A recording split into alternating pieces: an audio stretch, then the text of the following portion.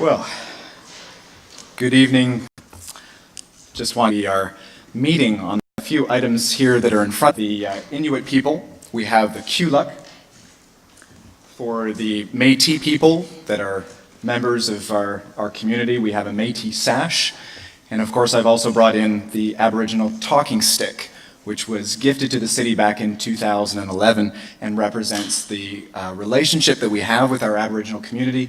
It's in display in my office and is taken whenever we have meetings with the Aboriginal community, and will be displayed certainly in June during the Aboriginal Awareness Month. So we just wanted to bring that out. I've actually had a really interesting meeting just to learn more about the talking stick. And so a couple of things that I just wanted to point out. First of all, the antlers that speak about the two peoples and the provision for that we both have. There are the beads. So the beads represent the 7 grandfather teachings of the Aboriginal community. And then my favorite part is these 2 bone beads that are just here, if you can see this, and it represents how our 2 communities walk into, to make note of that. So with that, there were several items. So closed meeting that the rules of please vote. Of the Poet Laureate. So it's Milton Humphreys as the Poet Laureate for the City of Kingston for a 4-year term ending November 30th, 2018. Please vote.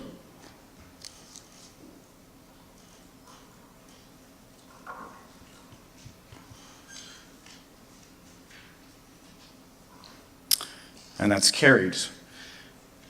Next, we have approval of the addeds. We have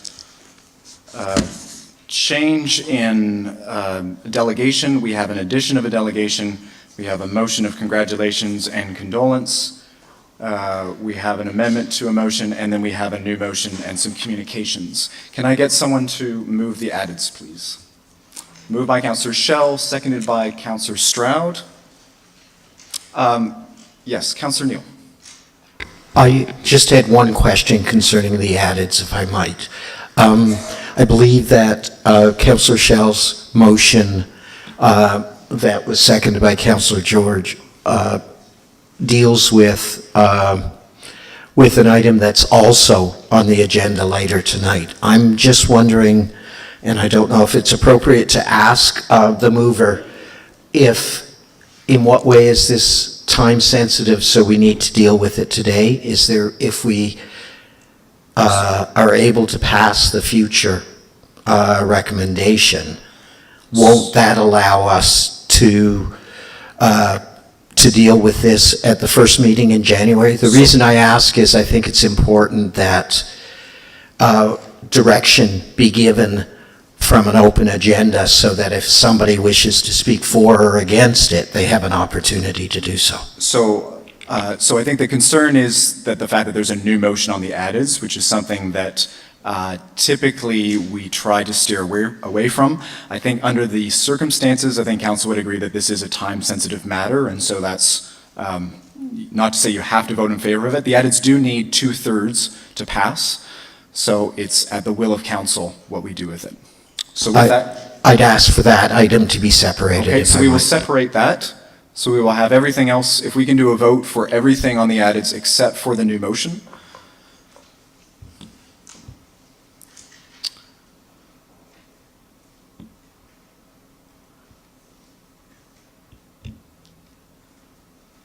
So please vote.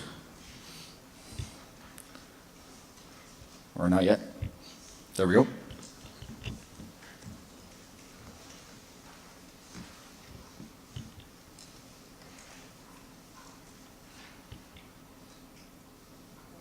Still waiting for one person. If everyone can just vote again.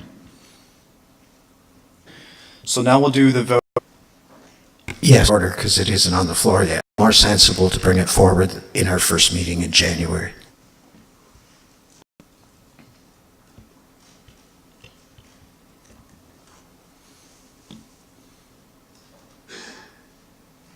Still waiting for one person.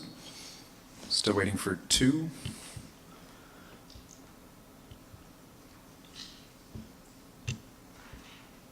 If everyone can vote again, we'll get the hang of this. And that carries. Okay, so moving on. I, Kevin George of Court Number 3, as my firm is now. Okay, thank you. Are there any other discussions? Ani and Sego. Shakash Makodo. I'm also now known as the City of Kingston, Cataraqui. It's a great honor, and I want to acknowledge the elders that are here today, the community members that are here today, and the councillors and the mayor that asked to have this smudge done for your first official meeting.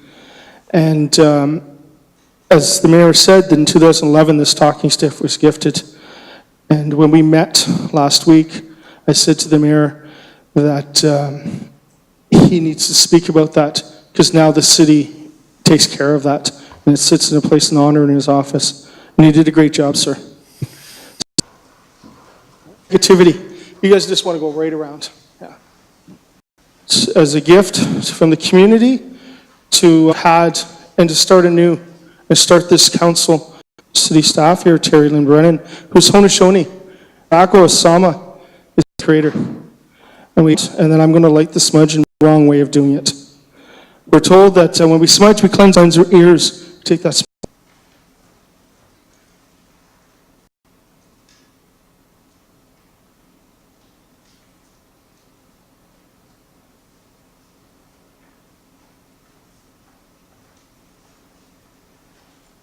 In honor of the traditional people that live here, the Haudenosaunee, the Mohawk, the Oneida, Onondaga, Sagan, Seneca, Cayuga, the Tuscarora, we offer that happy movement. And that's you with the Shabu. So in honor of the Haudenosaunee people, I'm going to go the Haudenosaunee way. The Shabu people go clockwise, Haudenosaunee people go anti-clockwise. So I'll do that. So I'll start with you, sir.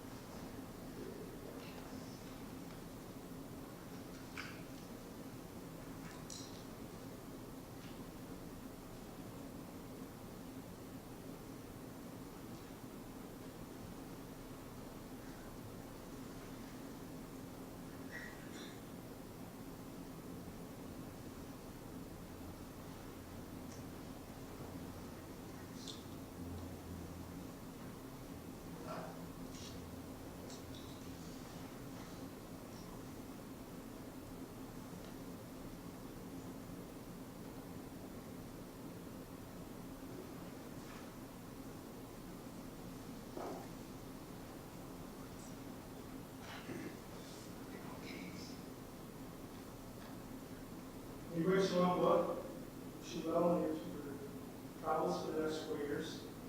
And, community is ready to work. The community is ready to be part of this community, surrounded by who we are. Always acknowledge that this is home shown, which is on the territory that we share. It's very honored that the mayor at the top is there. In recognition of the work that's doing with the community, in which we'll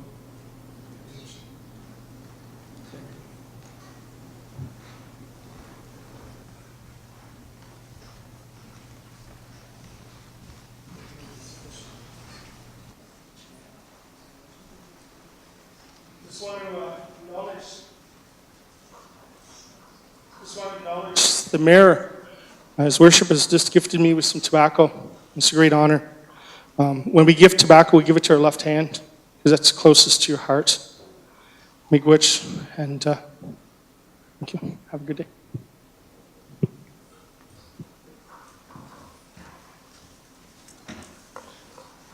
Thank you, Miigwech.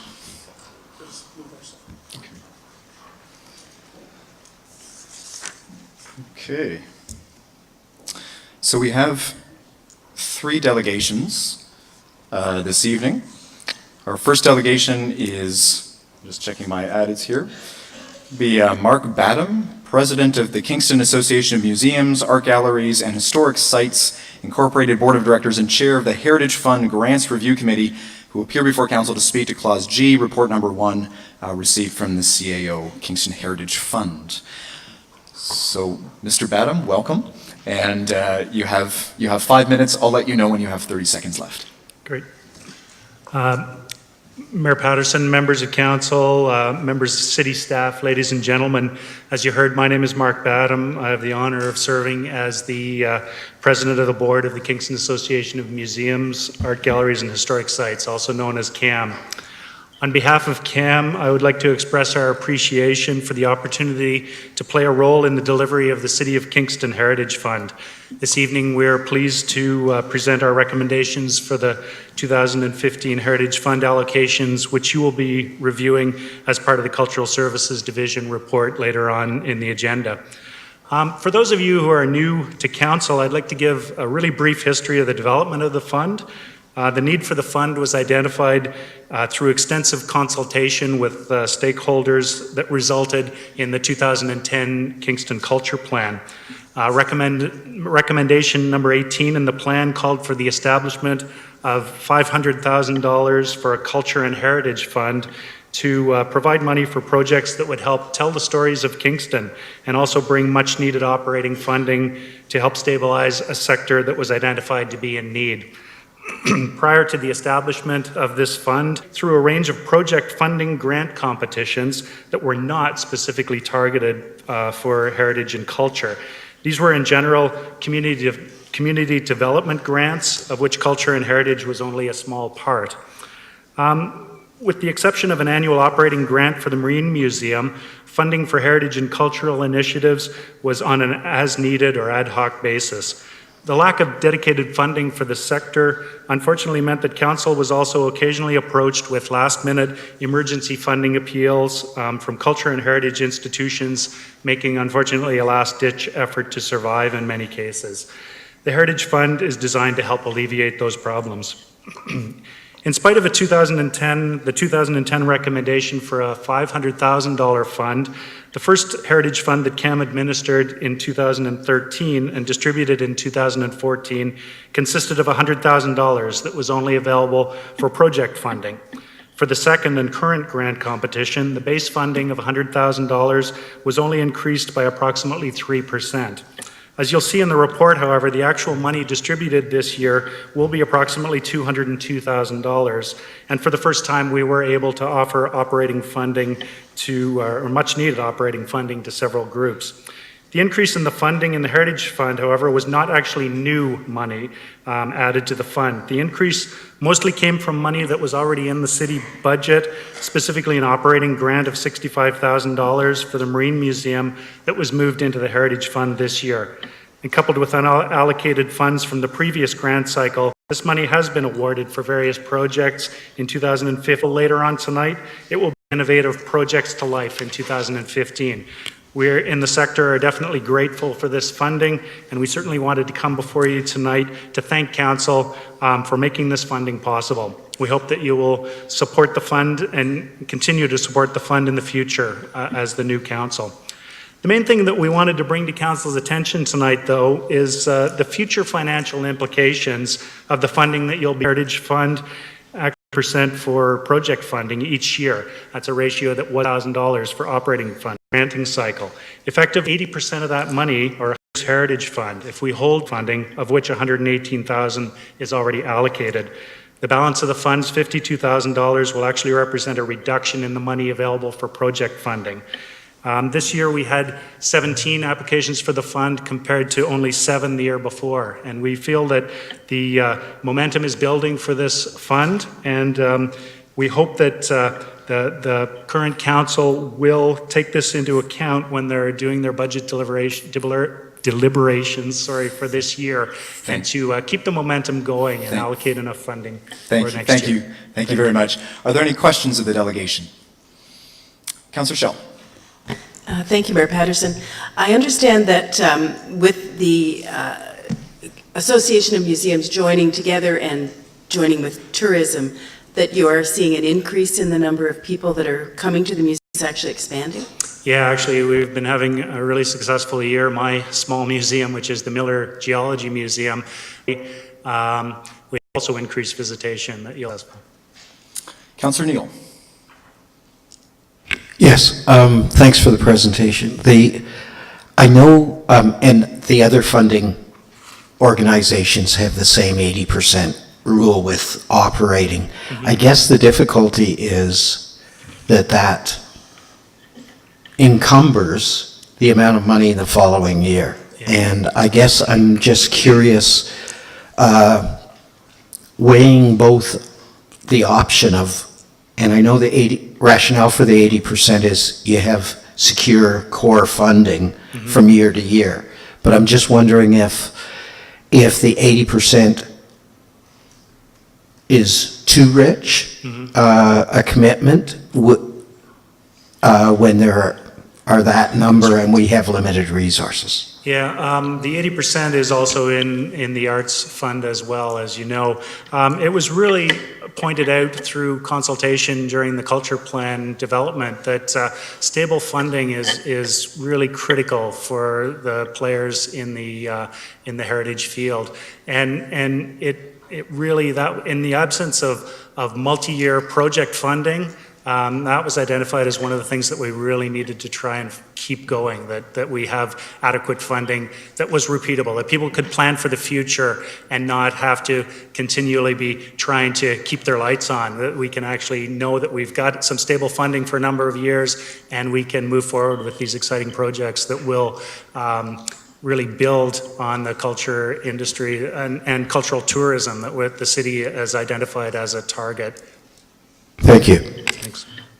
Thank you. Seeing no other questions, that's great. Thank you very much. Our second delegation this evening is Dr. Stephen Lahuit, Professor of Biology and Environmental Studies, Queen's University, and Bailey Family Chair in Conservation Biology, and Dr. Sue and Councillor Neal with respect to the turtle mortality mitigation. Again, welcome to you both, and you have 5 minutes.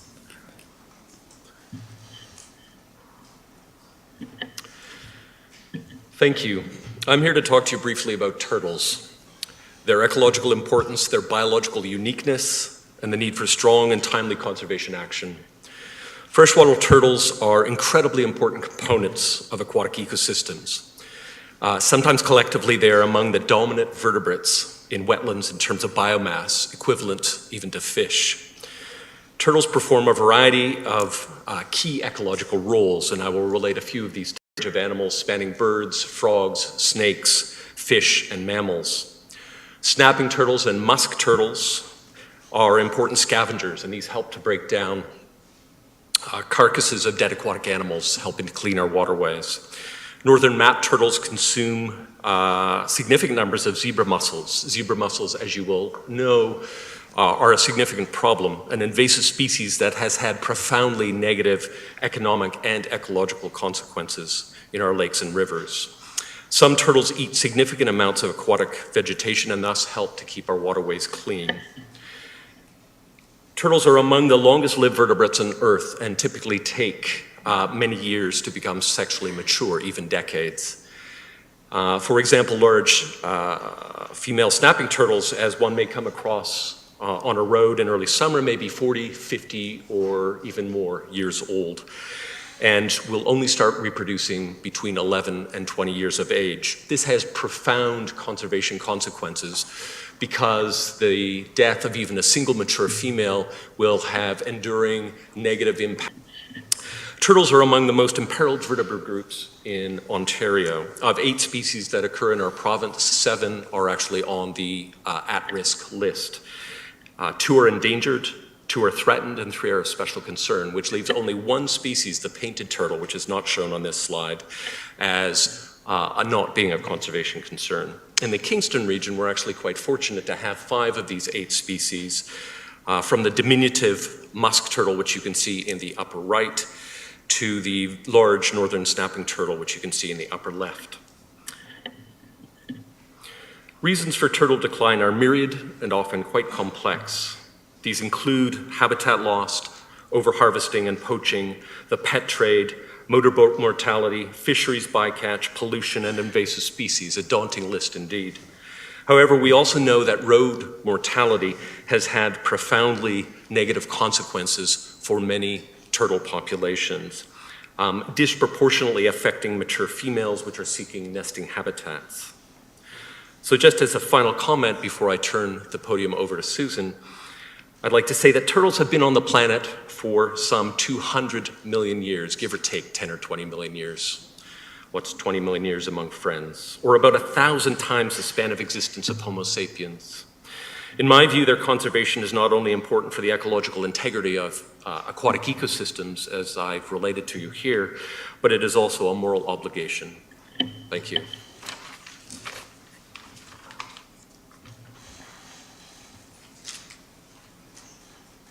Oh, I'm supposed to have...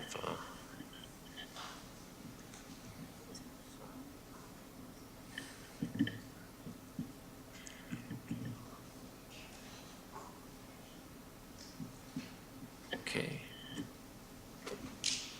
Good to go. Well, I'm going to follow up Dr. Lockheed's important words in education with a bit of celebration. Handing over in about to tell you that the community fencing to prevent 2 groups. Second, both high school and project. I over the Princess Street Bridge. In an earlier presentation to Council, I quoted from an essay written by elementary school student Nolan Hoover. The turtles cannot stop roads from being built in their homes. Maybe we can try and not kill them so much. The message we want to leave with you is this. Going forward, we need to continue to work on protecting turtles and other species at risk from dying on the roads we have today and the roads we will be building tomorrow. Thank you. And Mayor Patterson, may I hand this to you? Perfect. Thank you.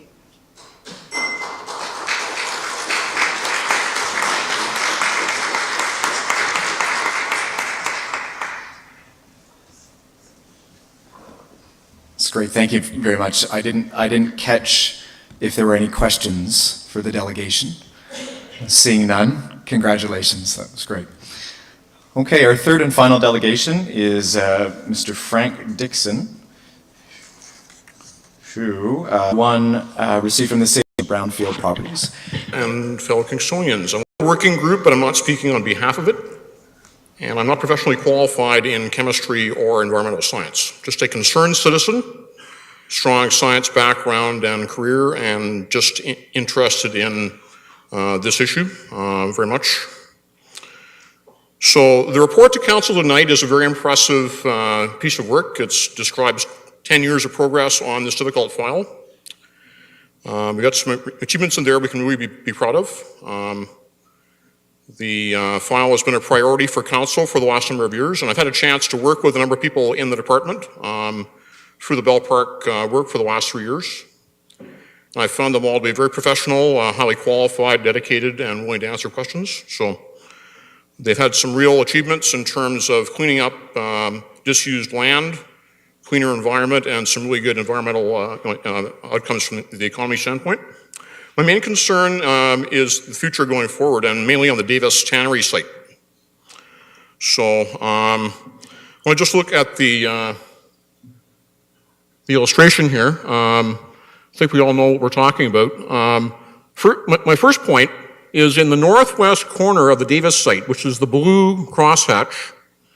There's inadequate signage and actually fencing there. Someone could just wander in there. On the southern and sort of the southwestern parts, which is shaded in red, that's actually okay. You've got ditches, you've got fencing.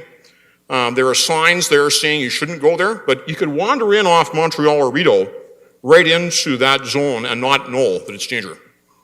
So I'd like to see maybe some work done looking at that. Now, when Sir John A. Macdonald was Prime Minister of Canada, this was one of Canada's most active industrial sites.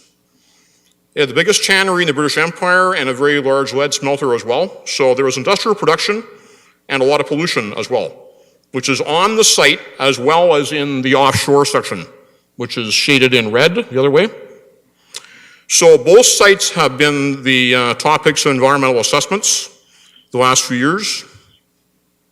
The blue crosshatch site, there's a report out in June. We received a briefing on he's one of the most tied to Davis because a lot of the former factory ruins were buried in Bell Park in the mid-70s. So this report is not yet public. I'm concerned about that, but I guess there's a process that's going on with it. We're facing a very expensive, difficult, and time-consuming challenge to clean up this site. Now, it's interesting that this site, 35 acres in size, is more than triple the combined size of all of the projects that have been done in the last 10 years. So it's a challenge of a different order of magnitude that we're facing here. Now, something else that's interesting is in the report, staff has explained that their cap on initial grants is around 60 grand. But this doesn't seem to be tied to the size of the site nor its difficulty. So that might be something to examine, just given that this is going to be really a huge challenge for us going forward. Now, Dr. Reimer explained to the working group that the Federal Contaminated Sites Action Plan may apply to the offshore section, even though the federal government didn't cause that pollution, since it is on a World Heritage Site, the Rideau Canal and River system. So what I'm asking is, this council is going to be setting its priorities for the next 4 years and going into its budget process, and there's a lot of sort of detailed information which is kind of missing. 30 seconds. Okay, thank you. So I'm asking that council seriously consider this project of cleaning up the Davis site as being a very important one. Maybe some looking at a special meeting of City Council maybe later this year when that comes out. And I think we need to increase our expertise and look at how other large, difficult sites have been dealt with successfully. Thank you. Thank you very much. Are there any questions for the delegation? Seeing none, thank you, Mr. Dixon. Okay, we have no briefings tonight. We have 2 petitions. First, a petition bearing approximately 115 signatures was presented at the Planning Committee meeting and received by the Clerk's Department and reads as follows. As residents of Wycliffe Crescent and Rockford Place, we, the undersigned, request an increased separation distance, sound barrier, and modifications to the current proposed site plan to take into consideration our concerns as outlined in the document Report of Concerns and Petition from the Wycliffe Crescent and Rockford Place residents in regard to proposed business park commercial development at 1122 John Counter Boulevard and proposed bylaw amendment. That's been referred to the Commissioner of Community Services. Number 2, a petition bearing approximately 41 signatures was presented at the Planning Committee meeting and received by the Clerk's Department and reads as follows. Great Oak Montessori, support for new child care facility and private school located at 1292 Highway 15, Kingston, Ontario. and that too has been referred to the Commissioner of Community Services. Councillor McLaren, do you have another petition? Thank you. This is a petition bearing 29 signatures. A busy thoroughfare or runway on road and near Meadowbrook Park and endangering other actions on Kingsdale Avenue have become unsafe for the neighborhood, residents, their children, and other vehicles due to the speed of the traffic. We, the undersigned, request that the City of Kingston install traffic calming along Kingsdale Avenue, especially in front of Meadowbrook Park, such as, but not necessarily limited to, traffic cushions in order to slow down traffic in the neighborhood affected without affecting emergency vehicles. The second petition, bearing about 20 signatures, whereas over the last few years, Kingsdale Avenue has also become much busier due to the changed entry and exit conditions on Centennial Drive that force many residents to drive the entire length of Kingsdale Avenue. And whereas as a result, sections of Kingsdale Avenue, especially the traffic-calmed south side, have become unsafe for the neighborhood residents, their children, and other vehicles due to the narrowness of the roads caused by driveways, makes snow clearing more dangerous, and interferes with the safe and effective bus movements. We, the undersigned, request that the City of Kingston limit parking along Kingsdale Avenue to one side of the street only. Has become thoroughly degraded. This section of McMahon Avenue from edge to edge and from McMichael to Seaforth. And the last one, Hillendale traffic. Whereas over the last few years, Hillendale has become a busy thoroughfare or runway where vehicles race up and down and on occasion fail to stop at intersections, causing accidents, especially near Fairview Road, and endangering other drivers and pedestrians, particularly children, seniors, and their pets. And whereas, as a result, this section of Hillendale Avenue has become unsafe for the neighborhood residents, their children, students from the nearby school, and other vehicles due to the speed of the traffic, we, the undersigned, request that the City of Kingston install a four-way set of stop signs as traffic calming on Hillendale Avenue and Fairview Road. Thank you. Thank you. You can just submit those to the clerk. Councillor McLaren is setting the bar for a number of petitions in one meeting, so congratulations, you're out to an early lead. We do have a couple of motions of congratulation, recognition, sympathy, condolences, and speedy recovery. First motion of congratulations moved by Mayor Patterson, Hunter, Director of Education. Brenda has worked over 34 years as a music teacher and later as principal. Congratulations, Brenda, and all this. And seconded by Councillor Candon, Management and Construction Services in 14. Aaron will be in this difficult time. This is of Kingston City Council in Kingston, who passed away on December 10th, 2014. Lena has cared for the residents at Rideau Crest since 1998 and will be missed by her friends, family, and all those that knew her. Our thoughts are with her husband, Alan Rusnell, a former City of Kingston employee, and her family during this difficult time. So with that, I'll ask for a vote.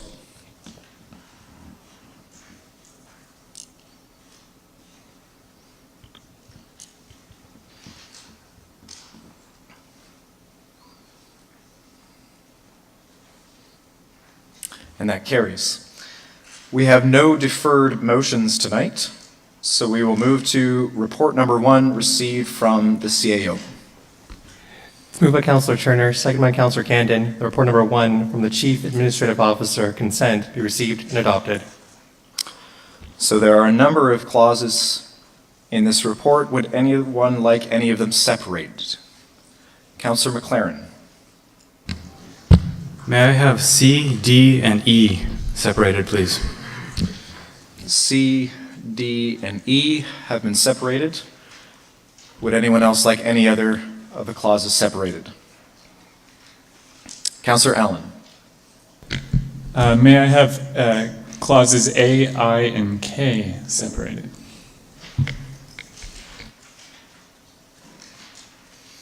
There aren't many clauses left. Is there anybody else that wants anything separated? Okay, so first we'll take a vote on the balance. So clause, if I can find Mr. Mayor? Yes. Councillor Schell indicated she has a conflict. Sorry, point of order. Councillor Schell, yes. I just realized there was a casino. I'm become blind to casinos. I have a conflict of interest. Okay, we'll let you do that now. Okay, thank you. The report number 1. Section I, as my son works for the Ontario Lottery Corporation Casino in Gananoque. Thank you. Thank you. Sorry, I missed it. No, that's okay. Okay, so back to report number 1. We will vote first on the remaining clauses. So Clause B, appointment of chief building official and rated galleries and historic sites, and approval of the project and operating grant recommend amendment to fees and charges by.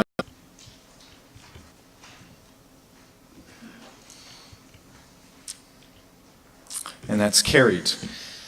So, moving to separated clauses, first we have Clause A. Councillor Allen. Thank you, Your Worship, and through you, this might be a question for staff. It seems that this is a great expansion and great opportunity for our community, and a great project for the International Hockey Hall of Fame to be taking on. My question is,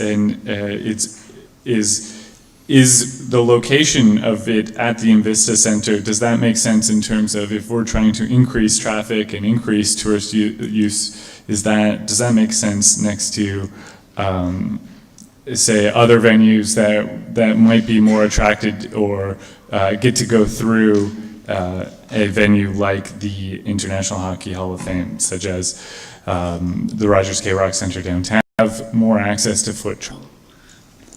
Dane was looking at relocating because of the number of different options to visit the site. The Invista Center is the arena or the center where we have the most foot traffic. We do have people there year-round. So it's not just during the winter season. We actually have people that visit the center during the summer. We still have ice that's operational during the summer. And we looked as well at areas where we weren't really renting a whole lot of our rooms. So this was one of the location that made a lot of sense, not just to staff, but to also to the Hockey Hall. That's all, I just needed to clarify. We'll call the vote. And that carries. Which is community investment. Mr. McLaren, you separated this. In this one, apparently not going to be allocated. Through the application process, and Thank you.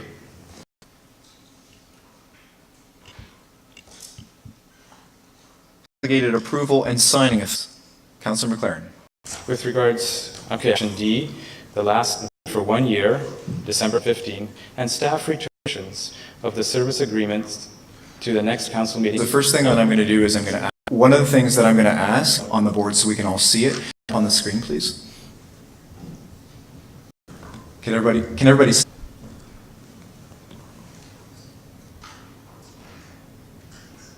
Okay, so the motion, So my main concern, possibilities and examples, we would have a better exactly what it is that we are delegating. So for example, delegating should be known to council, and people are human. I'm human. I may make a mistake that council may not. Thank you. Thank you. Councillor Neal. Earlier today, my primary concern, a report of our busiest staff. So that concerns. Thank you. So thank you. Councillor Neal. Yeah, the way that reads, if I'm not mistaken, is that delegation of authority be for 1 year, and staff return with an information report giving a list of service agreements, date, and short description of the service agreement, to the next council meeting after this delegation of authority has been exercised. I apologize. I was casting back my memory to the original motion, which I thought was what was before us.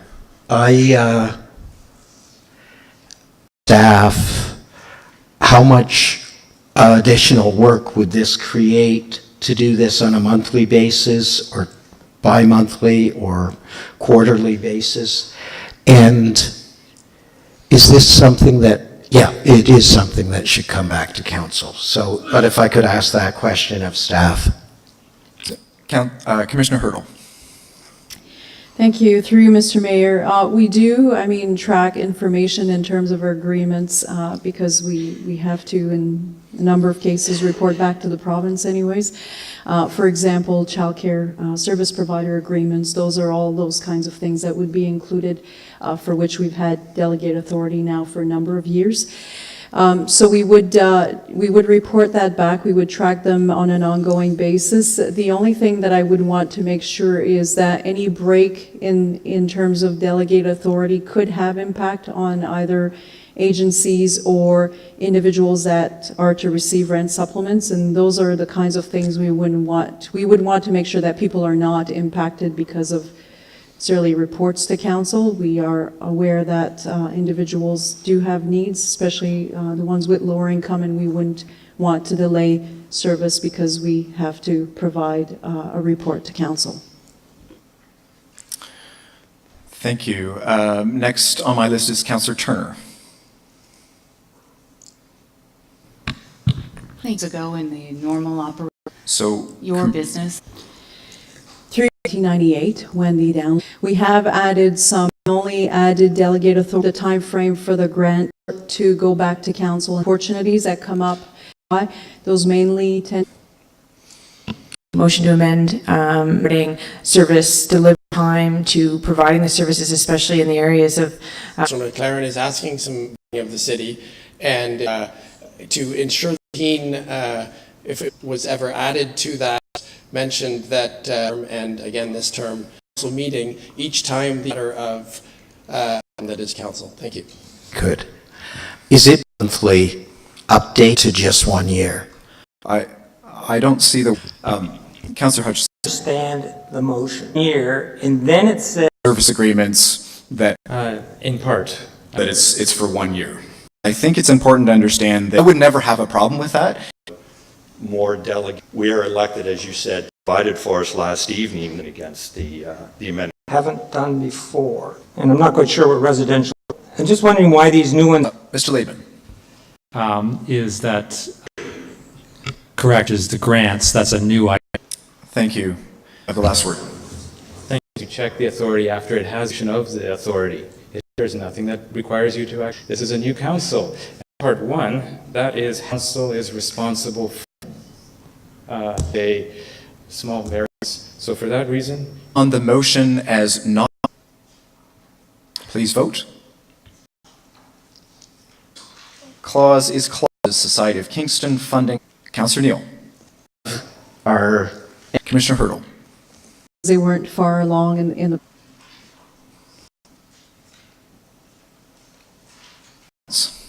Councillor Allen. Input received through the ballot indication that the public, I sort of find, I know that there's a motion later tonight.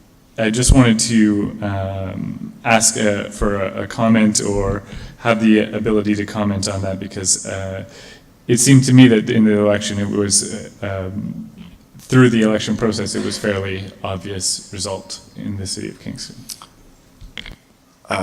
Mr. Clerk, would you like to respond to that? Sure. To you, Mr. Mayor, the talking stick. The information that is presented before you, and that statement is in statement, that is clear this evening, which Been said my famous fully binding, so, but we'll leave that. Item. It's quite through the report a couple times, see what, have a sense of some of the specific efficiencies that came out in implementation of this system. Your worship, which is done over the past to make the system working, that we've got proper process. There really wasn't and so we went larger, but we have certainly paid for that over the last 15 years or so. Now the market provides us with some options that are much more applicable for a medium-sized municipality, and so that's where we are today. And the plan is that this system will work better and more efficiently for us. And we'll be doing away with a lot of those manual processes and photocopies and making the system work for us in that regard. Follow-up question, if you will. Will we be able to leverage this system to help us with our transparency and our goals of being more open with our financial management with the public? Yes, that's definitely been one of the criteria when we looked at some of the options of the systems is the reporting function, and ensuring that the system will provide us with automated reports at various levels, either within for senior management, for management in terms of managing the business, reports that are coming to council and made available to the public. So that's been one of the criteria that we've looked at when we've been evaluating them. Great, thank you. Councillor Neal. Yes, thank you. I did send a question out to both the treasurer and the CAO very early on Sunday morning, and actually I think the CAO answered me over breakfast. But the question I had to ask was, I know that KETCO, the library, the BIA benefit from the city managing, and I believe it's at a cost recovery basis. I'm just curious, and the question I had to ask was, does this improve the efficiency and the capacity of the program so that that might be something feasibly that we could offer to other partner organizations, boards that we sit on, not-for-profits? We will have that capacity so that other organizations may choose to have us take care of accounts receivable, accounts payable, payroll, that kind of thing. Thank you, through your worship. It definitely will give us the capacity. We actually have the capacity to do that today with the existing system, but we have made sure that we'll continue to have that capacity. There's a lot of factors that go into determining whether we can do that, and you're right, we've just taken on KEDCO and the Downtown Business Improvement Area in the last couple of years. But you have to look at the resourcing that it takes on the city side as well as the resourcing that it takes on the client side as well. So when we did that with the previous two in the last couple of years, we really had to look at, was it going to save them any money? Because sometimes they still need to have, depending on the size and the types of transactions, they still need to have the staff available to do the proper controls and processes on their end. But definitely we'll continue to have the capacity and always looking for those opportunities. Thank you. Thank you. If there's nobody else, okay, we'll call the vote.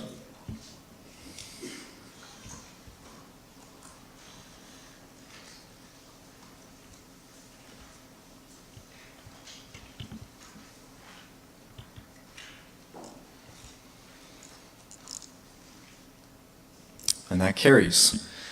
Report number 2 from the CAO. It's moved by Councillor Shell, seconded by Councillor Osanik. The report number 3 from the sorry. It's moved by Councillor Hall and seconded by Councillor Allen that report number 2 from the Chief Administrative Officer recommend be received and adopted clause by clause. So there are 3 clauses. The first is proposed allocation of 2014-15 Community Homelessness Prevention Initiative funding. Councillor Neal. Yes, both Councillor Shell and I are on the Housing and Homelessness Committee in the past term, and I think again on this term. And the concern of the committee at the time was some of the tough choices that we had to make. And I'm very pleased to see that with some of this additional funding, you may never hear me say this again, thank you, provincial government, we were able to fund Rhinedale Shelter, which I think does an excellent job in the city. And also, as I understand it, we have queue available to the gathering place, but this, 2 questions that I have, business plan implementation, and previously, this will offset shelters and related municipal funds and funding of the homelessness. The transition we had in consideration in terms to half of the housing and those other protocol rolling on the that particular code we're proposing is that to your first question, the municipal was contributing, or we're proposing is that some of that municipal property tax revenues of $400,000 to the implementation of the plan. Thank you. That's clarified it for me. My last question is, Item D, the allocation of 111,000 plus to allowable administrative expenses under the CHPI, under the CHIP funding guidelines. That's fully 10%. Is that the usual administrative costs? I guess my concern is nothing, no insult intended to our staff, but it would be nice if we could maximize the dollars that we get from the province for homelessness in shelter funding. So perhaps you could speak to that. Through you, Mr. Mayor, I will get started, and Mr. Lehman may want to add to that. A couple of things that we did identify in the implementation of the plan was a training that was going to be required, as well as some of the programs and system that we were going to be implementing.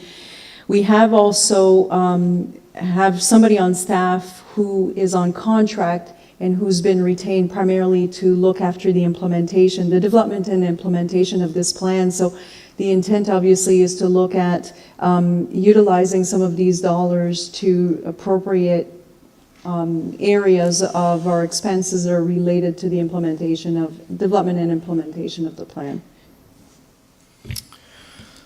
Thank you. Thank you. If there's nobody else, we will call the question. Please vote.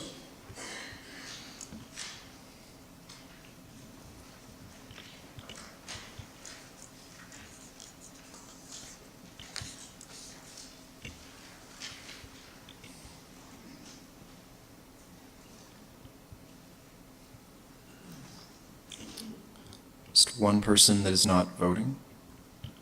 There we go. And that carries. Clause 2 is investment in affordable housing, IAF 2014 extension funds. Okay, please vote.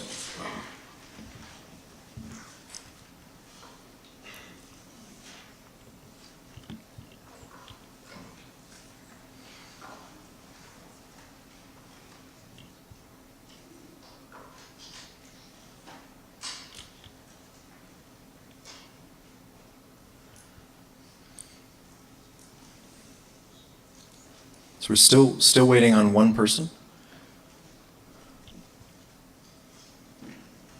If everyone can vote again, please. And that carries. Item 3 is an update federal divestiture of the Marine Museum site. Councillor Neal. Yes, I have a further resolve clause that I think will assist both in the city and the museum. And be it further resolved that this council direction be shared with Government Services Canada and the Marine Museum of the Great Lakes Board immediately. If there's a seconder for that motion. Thank Seconded you. by Councillor George. Do you have that in writing, Councillor? I don't. I'm jotting it down as we speak. Okay, so if you can provide that I will. And print really neatly so that when we put it on the screen, we can all read it. You've seen my writing before. That would be Thank good. you. I will say though, if you know, I understand that this is an exception, but if you do have a motion that you think you might want to put forward, if you can give that to the clerk's office beforehand, we can have it typewritten and just load it up, and we can just throw it up right away. That would be great.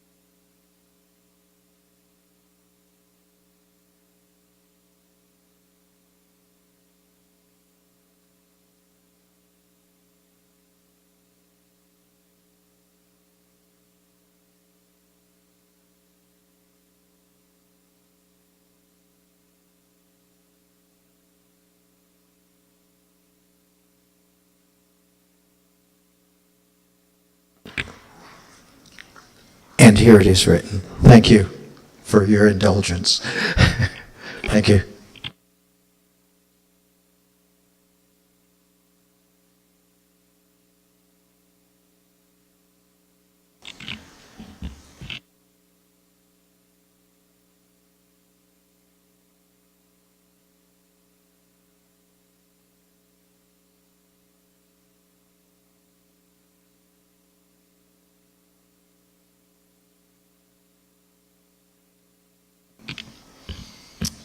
Your Worship, we're just going to key that information and put it up on the screen, so just bear with us for a second.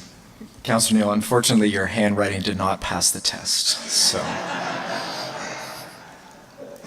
it'll just take a minute. 30 years a teacher and I still can't write.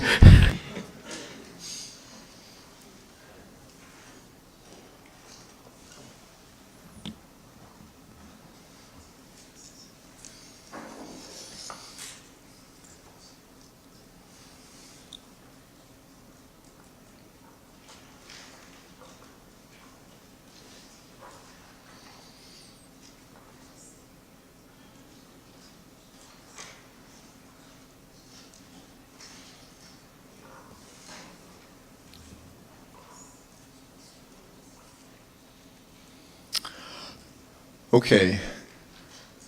So there's the motion to amend. Would anyone like to speak to it? Okay, seeing none, we will call the vote.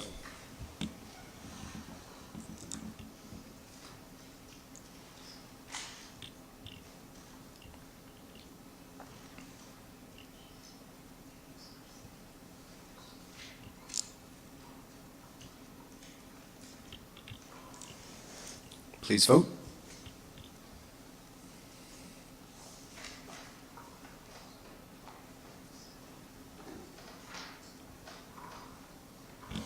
And that carries. On the motion as amended, Councillor Stroud. Thank you, Mr. Mayor. I also have an amendment that I did write out in advance and give to the clerk. My handwriting might have... There's a model councillor right there, Councillor Neal. Now, I'm a nurse, so my handwriting is probably no better, but I think they had time to put it in the computer. Can we bring that up on the screen?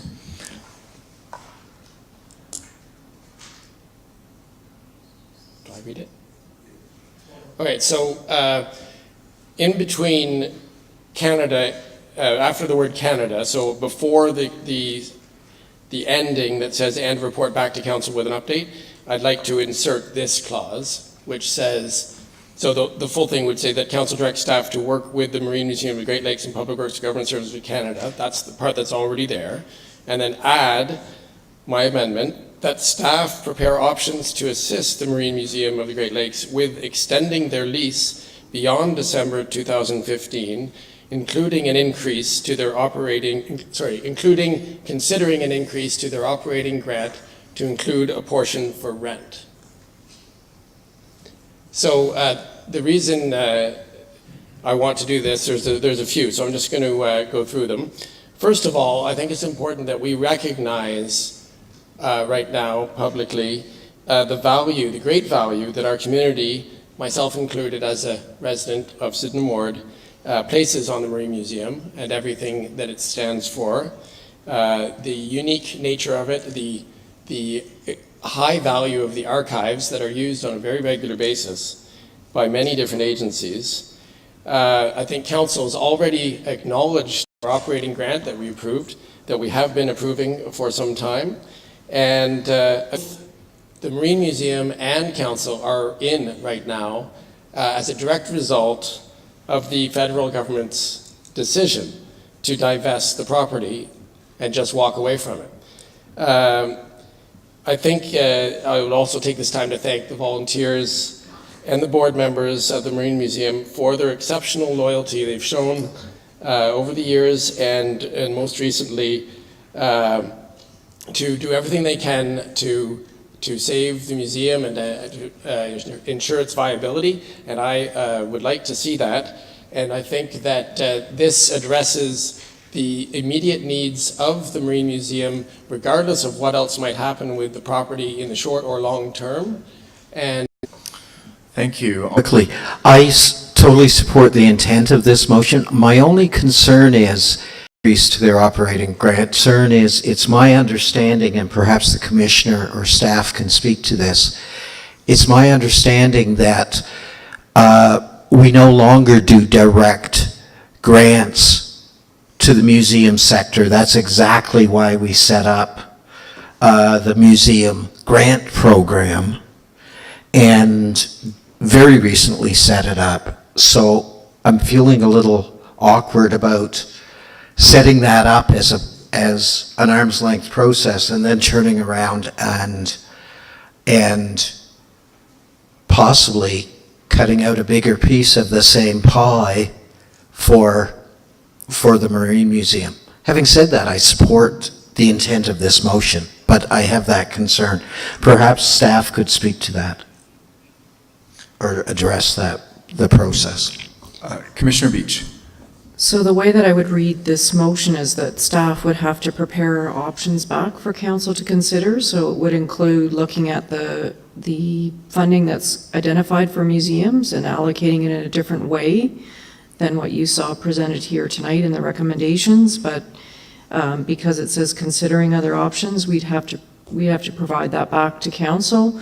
We have just changed the process for the Marine Museum this year, requiring that they compete against other museums for that operating funding, and that they have to go through that process in order to have their funding approved. So that was the first year that we did that this year.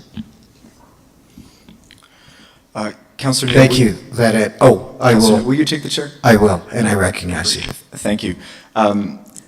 Just to carry on from that point, we have to be really careful if we open up a box like this, that we can be seen to be giving preferential treatment to one museum or organization over another. That's the whole idea of having this kind of a setup where museums compete for the funding and then they're awarded that funding. So although I'm certainly open to options to help out on a capital perspective, looking at options on an operating level, I think is a Pandora's box.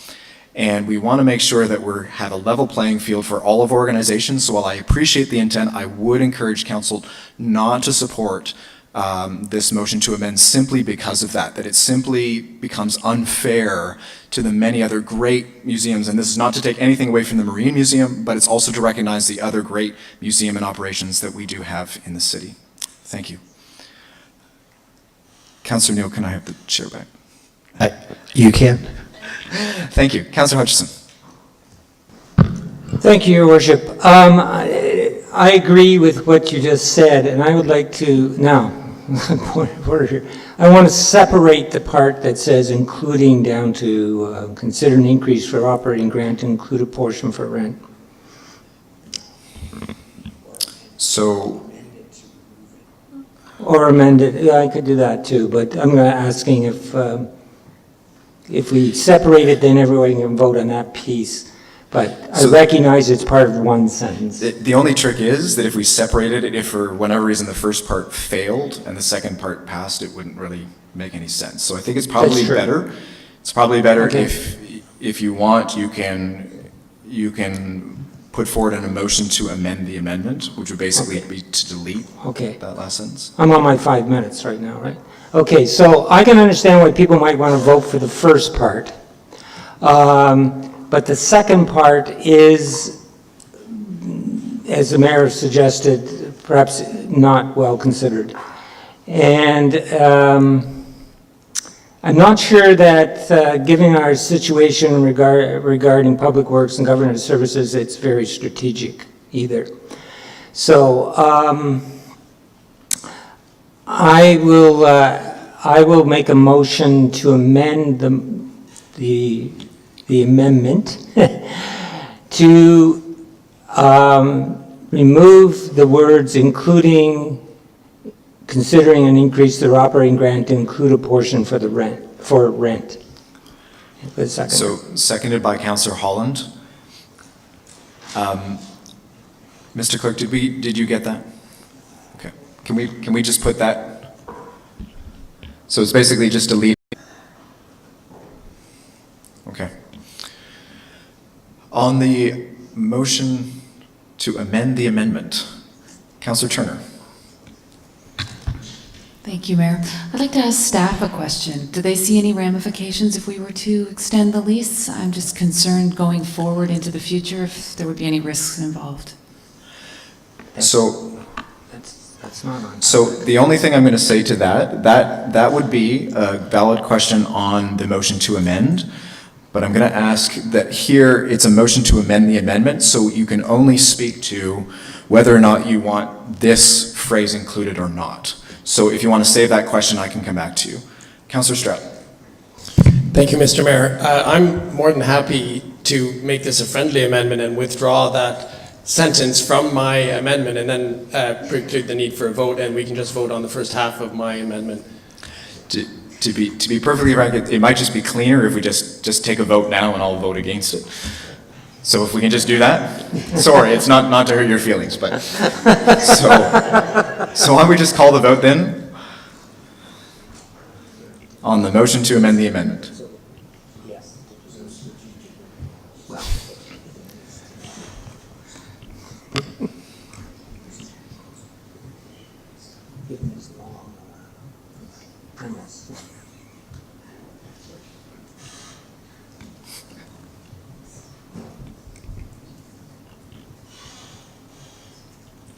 Okay, so that carries. Okay, so now we are on the motion to amend. So now, Councillor Turner. No. Yeah. I'm not done. Yes, that's true. I still have my 5 minutes? You still have your 5 minutes. Probably Okay. 4 minutes and 30 seconds, but nevertheless. Can we go back to the original amendment, please?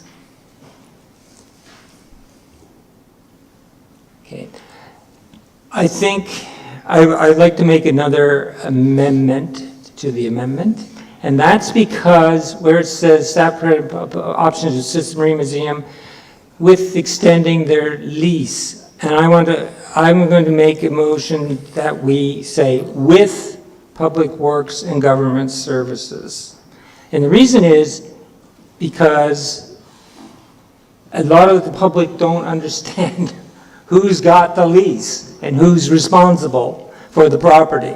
And I want to make sure that this motion indicates it's Public Works and Government Services. Is that friendly? Yes. Can we do that, Mr. Clerk? It's just 2 little words. Can we just put that in there? Through you and the talking stick for tonight, sure, we'll accept that. Thank you. Thank you very much. Okay. Thank you. And I'll finish my remarks by saying, I actually, we can vote for this, I'll probably vote for it, but I think it's slightly redundant because we've already passed something that says direct staff to continue working with the Marine Museum.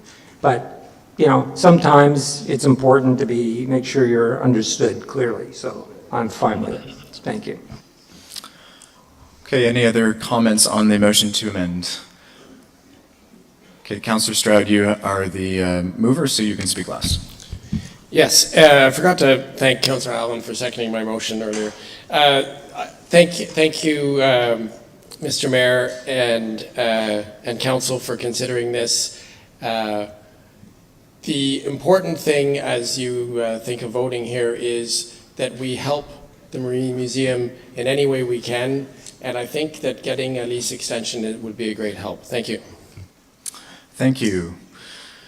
So with that, we will call the vote on the motion to amend.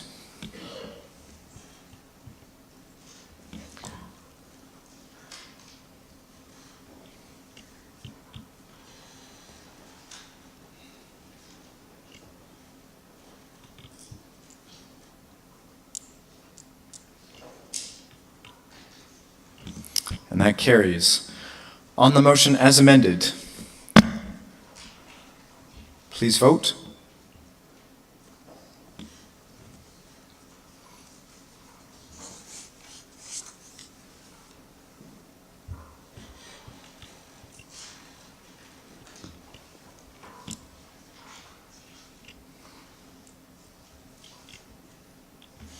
And that's carried.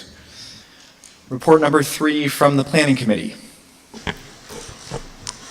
Mayor Patterson, it's my pleasure to present report number 3 from the Planning Committee and ask that it be received and adopted. Thank you.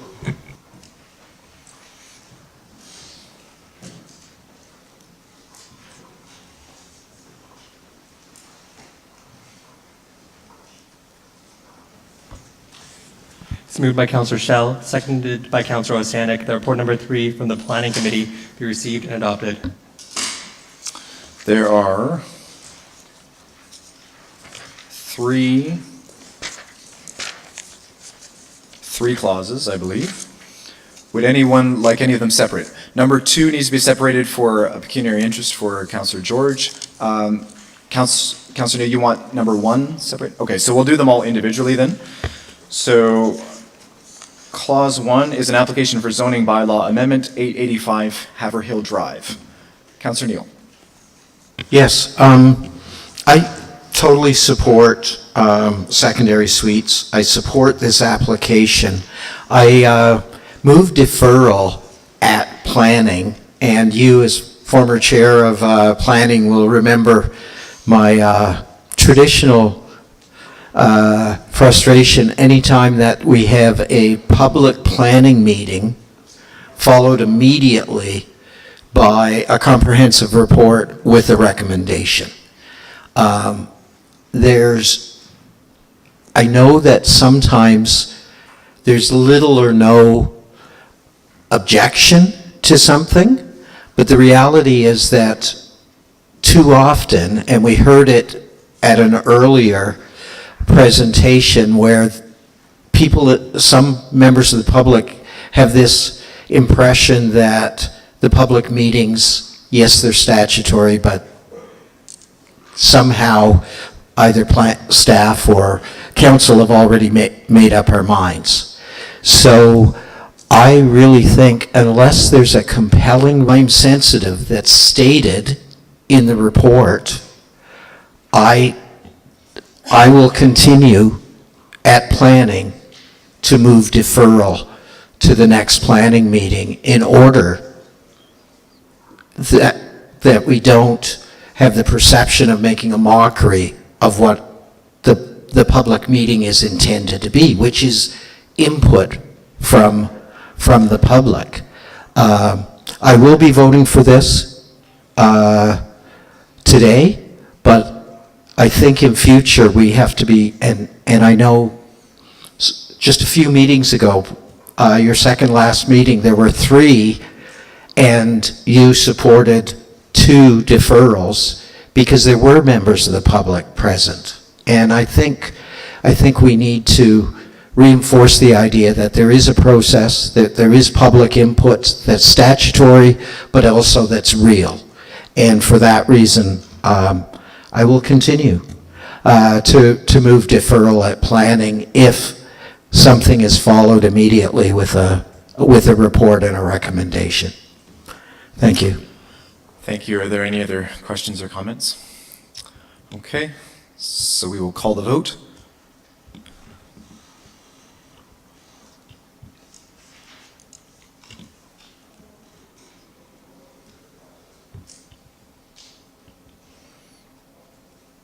And that carries. Item 2 is an application for zoning bylaw amendment 50 Hamilton Street. If there are no comments, we'll call the vote.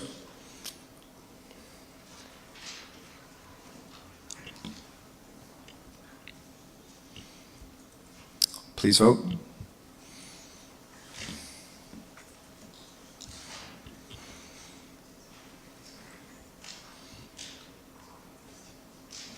And that carries. Item 3 is an application for draft plan of subdivision, Linden Woods subdivision phase 5. Please vote.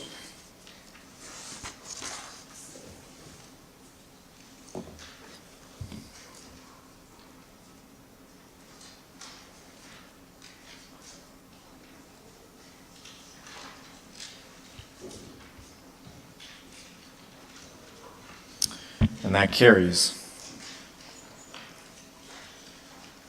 Report number 4 from the Municipal Heritage Committee. Thank you, Mayor Patterson. It's my pleasure to present report number 4 from the Municipal Heritage Committee and ask that it be received and adopted. Thank you.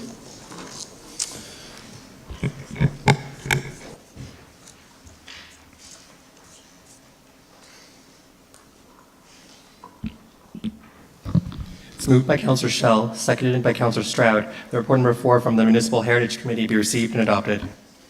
There are 2 clauses. Would anyone like either of them separated? Seeing none, we will vote as a whole. Please vote.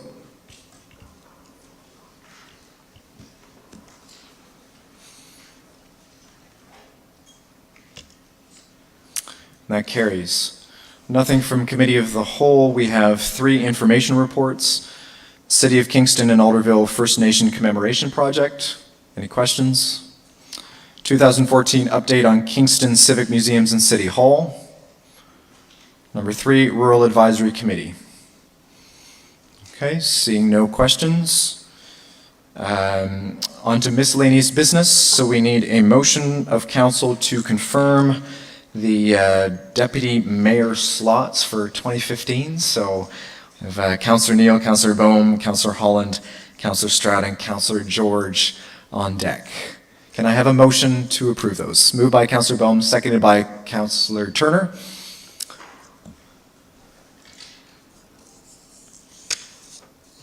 Please vote.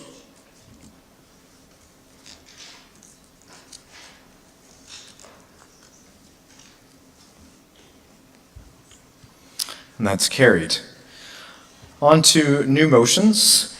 Our first motion tonight, moved by Councillor Neal, seconded by Councillor Stroud. Whereas there are several high-traffic pedestrian areas immediately around Queen's University, some on arterial streets that currently are not identified as priority sidewalks for winter control, therefore be it resolved that Public Works work collaboratively with Queen's and the AMS to broaden the pedestrian priority sidewalk snow removal in the Queen's main campus area. Councillor Neal.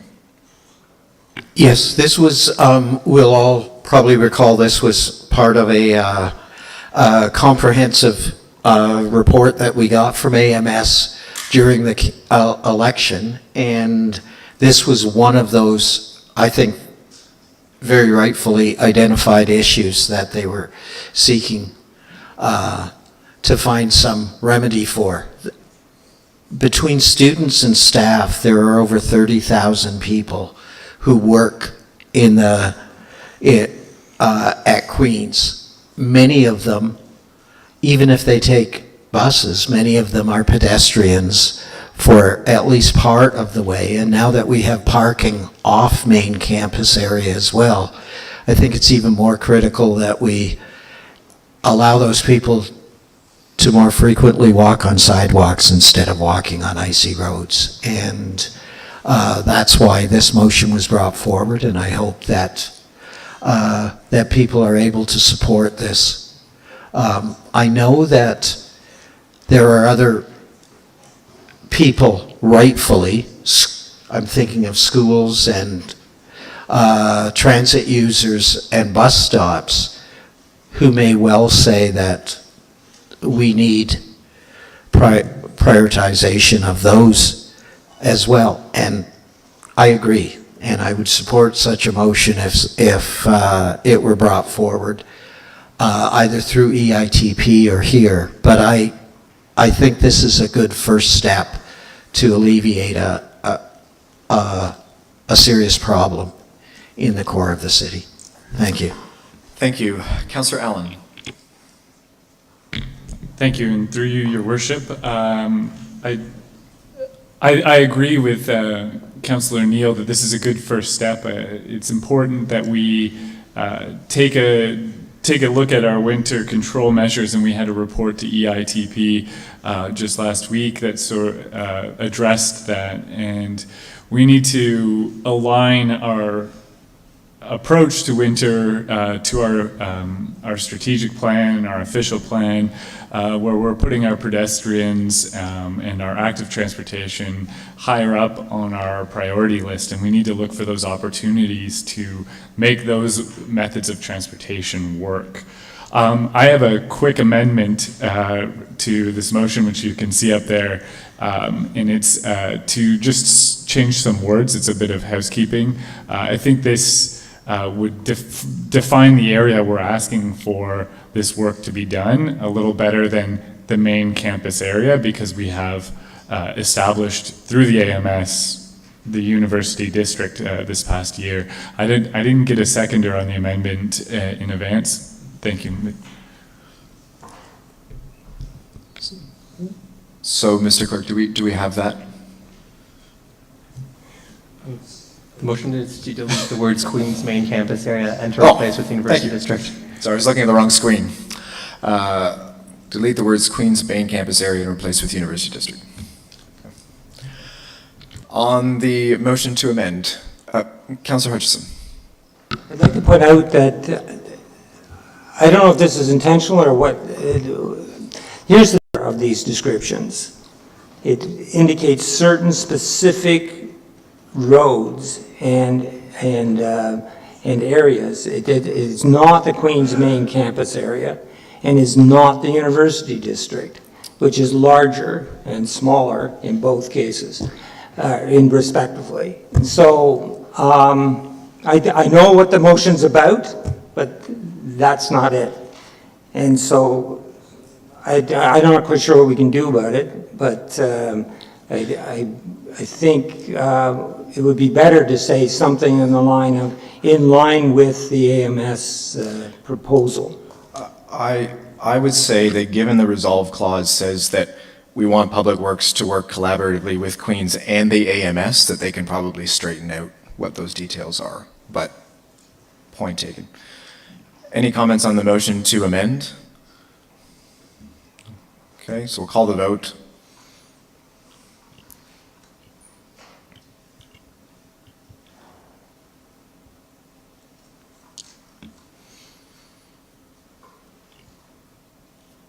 And that carries. On the motion as amended, Councillor Hutchison. I think this is well worth looking at, and it involves a lot of people who are citizens and pay taxes like everybody else. I mean, you have not the professors, not everybody else. However, it's in terms of the resolve clause, I'm a bit concerned direct to broaden the pedestrian. You're not doing it now. Does that mean you take it away from some other area? So, or does it mean we're willing to spend, we might be willing to improve it, we might be willing to do it in stages, but TP. So I would like to make an amendment to the resolve clause. Staff report back 2015 budget. Because I wasn't expecting to have to do it. On how they interpret, is there a budgetary implication here? Mr. Mayor and members of council, through the speak on behalf of Mr. Keach and Mr. Wells, a report that went to EITP. There was that time and the recommendation in the report that winter control situation, an assessment, bring back an entire path forward, both with resources and potential budgetary funding, after we had a chance to review that comprehensively. So the way we would interpret the motion as it is currently now is that we would feed this information into that assessment and analysis, knowing full well that the AMS did and then come back to EITP with the policy adjustments, which then could be recommended to council for the 2016 budget.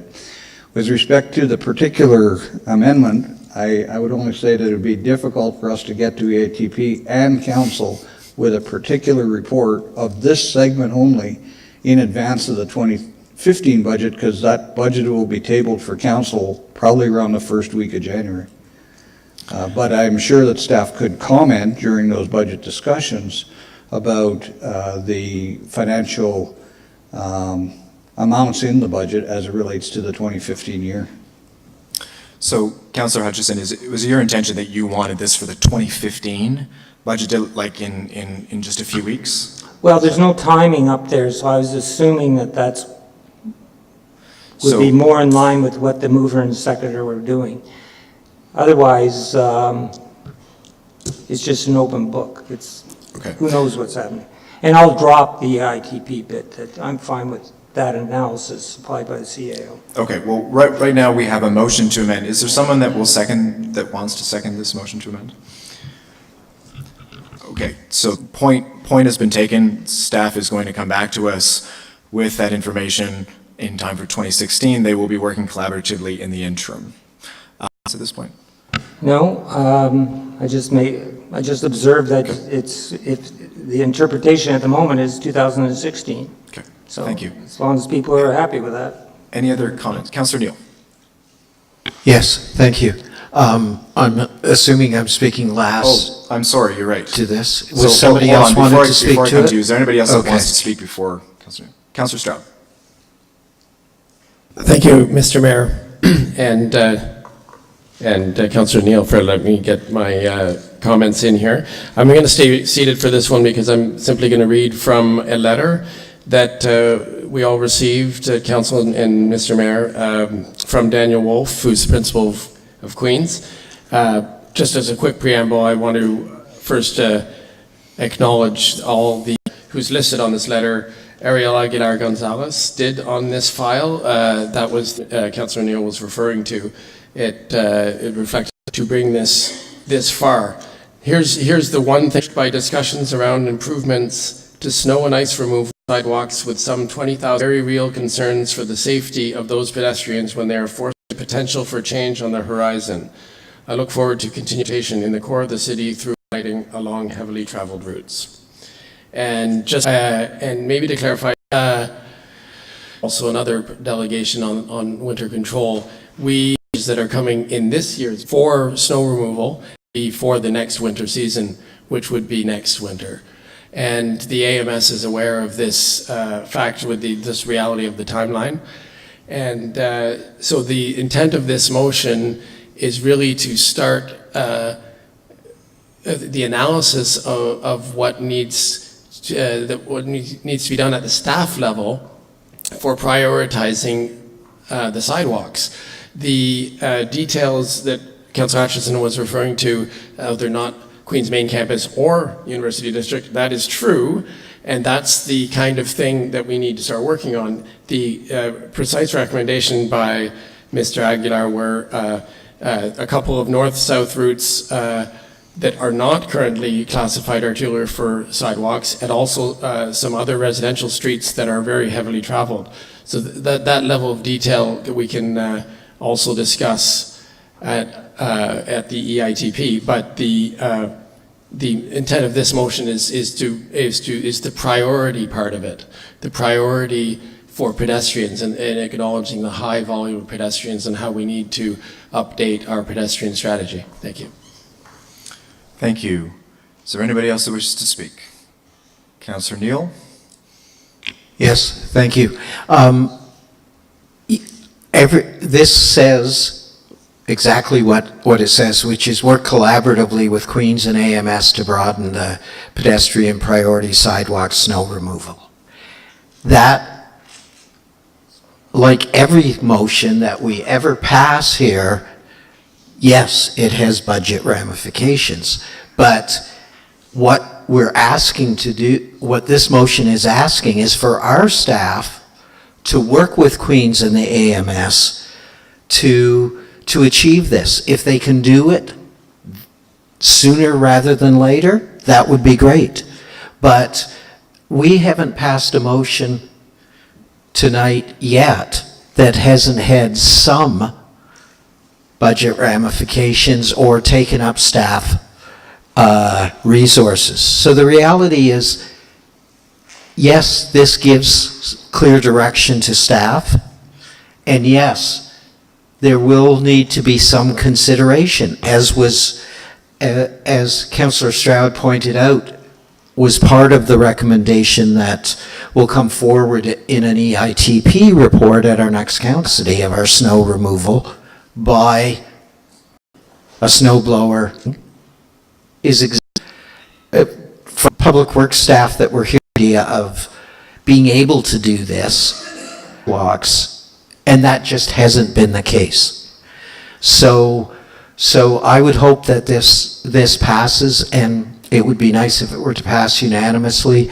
We're giving staff direction, but we're leaving it up to them to work out the details with Queens and the AMS. Thank you. Thank you. So we will call the vote.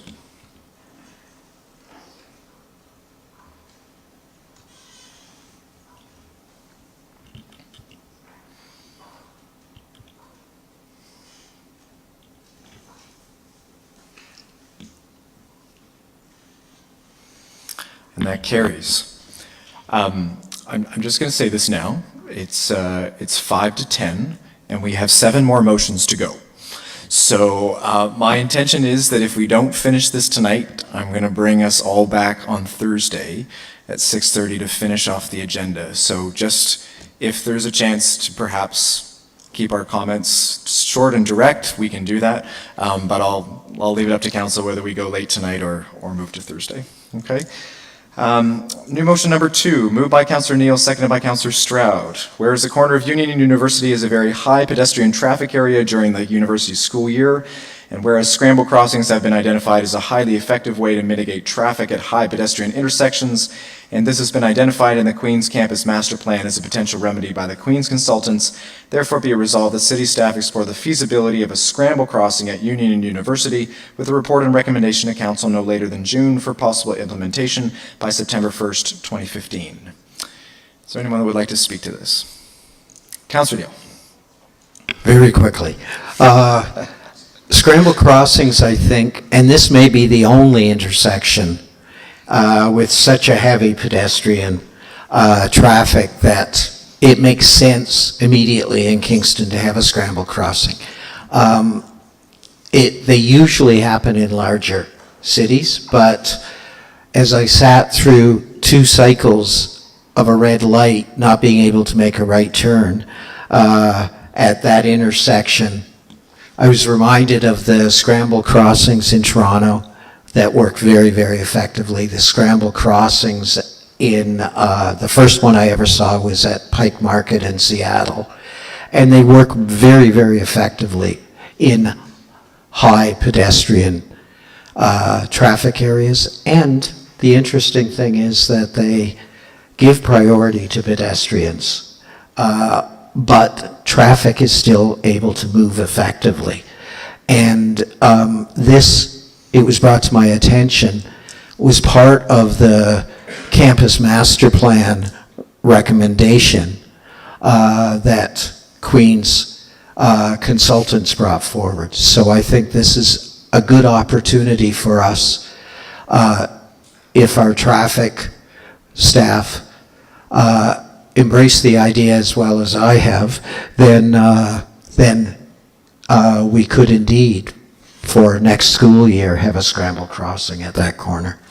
Thank you. Thank you. Councillor Stroud. Time me. This will be less than 1 minute. Scramble crossing, for those that don't already know, is when it's red for all the cars at the same time and green for the pedestrians in all directions. You can even go diagonally across the intersection, which Queen students already like to do. It restructures the flow through the intersection between a pedestrian phase and a traffic phase that's much more useful when the pedestrians overwhelm the cars as they do at this intersection. Thank you. Thank you. No other comments? Call the vote.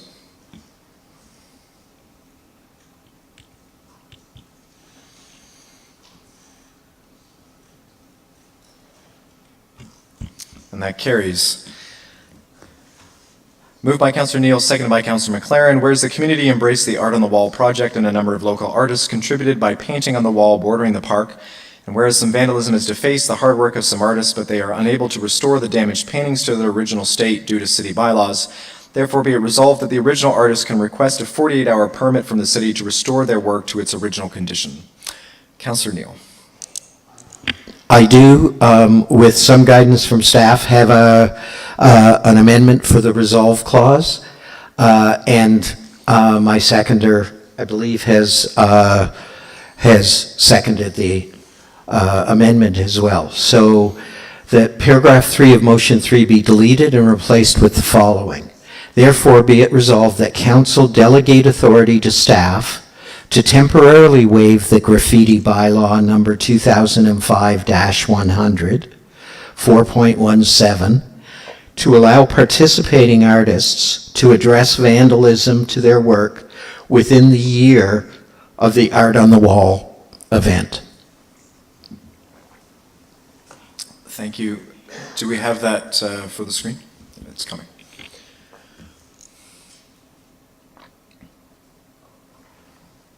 So basically, that's now the resolve clause. Councillor Neal, did you want to speak to it?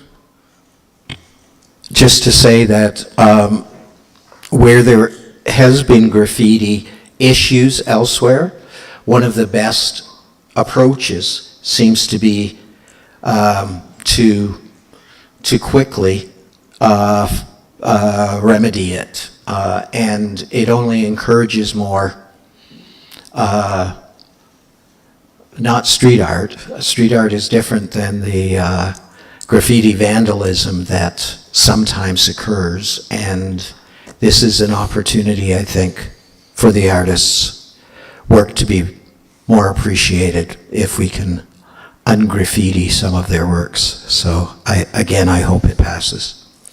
Thank you. Any comments, first of all, on the motion to amend? Okay, seeing none, so we'll call the vote on the motion to amend.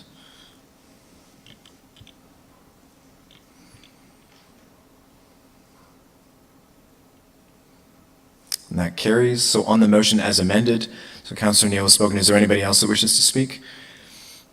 Okay, we'll call the vote.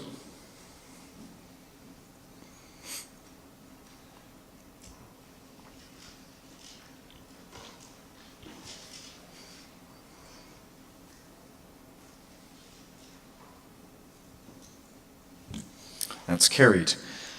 Moved by Councillor Osanek, seconded by Councillor Hutchison. Whereas many residents have expressed dissatisfaction with long lineups to vote at their respective polling stations on October 27, 2014, and whereas many residents expressed concerns that long wait times were a barrier to casting their vote due to health reasons or other scheduled commitments, and whereas the City of Kingston endeavors to make polling stations accessible and offer voting options to encourage higher voter turnout in successive elections, and whereas the reporting out of election results were delayed in 2014 compared to previous elections, and whereas Kingston City Council values input from citizens and would like to implement improvements in the next election, therefore be it resolved that the Chief Administrative Officer be directed to solicit feedback from the public about their experience when voting on October 27, 2014 in order to improve voter turnout, collect feedback from staff who worked at the polling stations to inform the next election process, prepare a report that evaluates findings and recommends process, communication, or other improvements that could reduce waiting time for polling stations and reduce time delays in the reporting of election results, and prepare options for Council's consideration for the resolution of identified problems and potential improvements to the process on advance and election day polls in addition to reporting out results earlier on the night of the election, and that the report be brought to the Administrative Policies Committee not later than the end of March 2015 for committee review before being presented to Council no later than June 2015. Councillor Osanek. Thank you, Mayor Patterson. You can now have a sip of water, and I can count that towards my 5 minutes. First, I just want to acknowledge that, yes, we did increase voter turnout by 1.5% compared to 2010, and I think that brought like around 5,000 more voters out, and so that part's great. We had, we used an electronic voting system for the first time this year, and I think it was, definitely convenient. It offered more options of how to vote. I used it. I really liked it. I have a straightforward name. I know that some people with a hyphenated name, or if their first name's different, that everyone calls them versus their legal name, a few things there. But by 2018, the application will probably be more user-friendly. The most complaints that we heard had to do actually at the polling stations for the reasons we just identified there. And so this report is just looking at how we can improve things in 2018 compared to what went on, like maybe with electronic voting system, we need, a better check-in system.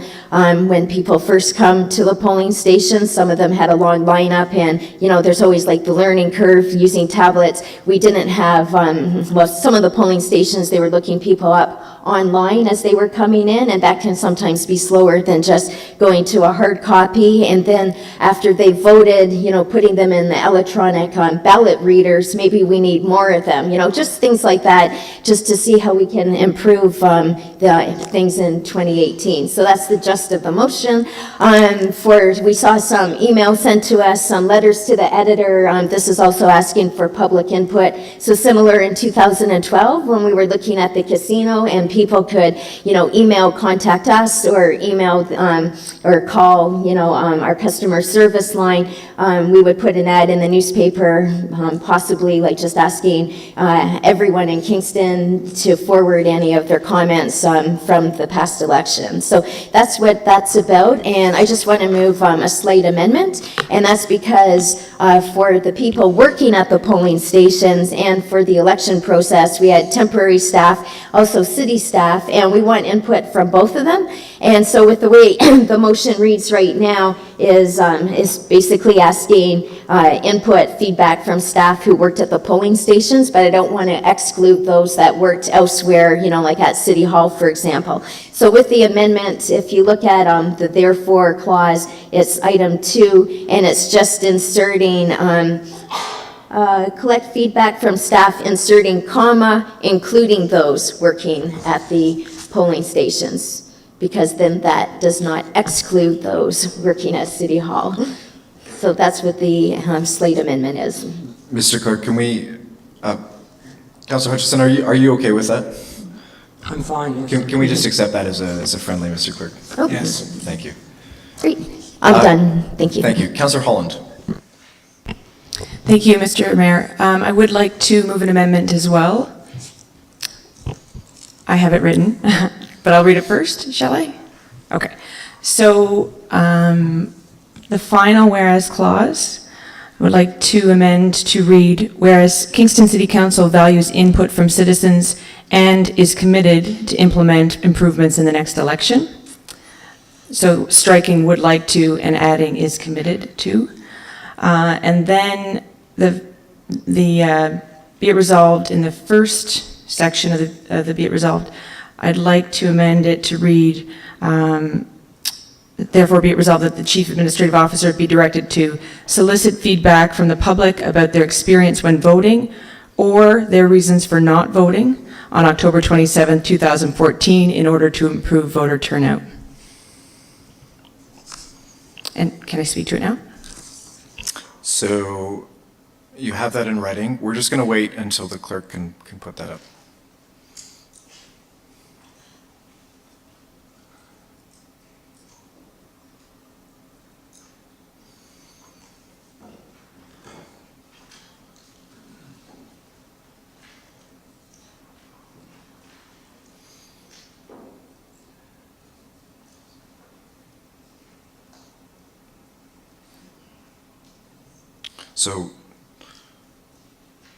So just while the clerk is typing away, so Councillor Holland, do you have a seconder for that? Seconded by Councillor Neal. Okay, so we'll put that up in a moment. So you can speak to it now. Thank you, Mr. Mayor. So if the intention of the motion is to improve the system, improve the electoral process in Kingston, I think, and also to improve voter turnout, I do think we need to make a serious attempt to address some of the issues that have led to people not being in those lineups. I mean, I do acknowledge that the situation experienced in the last election was unfortunate for many who were in the lineups, but the reality is many did not go to vote. And we need to understand that better before we can improve voter turnout. So that's my intention here with this amendment. Also, I think a big part of improving voter turnout comes from council, from people seeking office, demonstrated that they are committed to addressing the input from their citizens, which is why I wanted to amend the final whereas clause. Thank you. Okay, I think we're almost ready.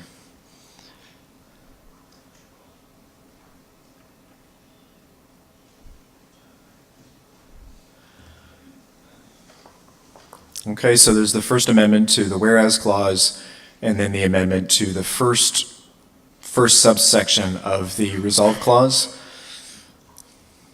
Are there any other comments on the amendment? Okay, we'll call the vote. Councillor Hutchison? Where it says, whereas Kingston City Council values input from citizens committed to implementing, right? Well, I think it's fine, but yes, you could say is committed to implement improvements in the next election, sure. Okay, any other comments? Okay, we'll call the vote.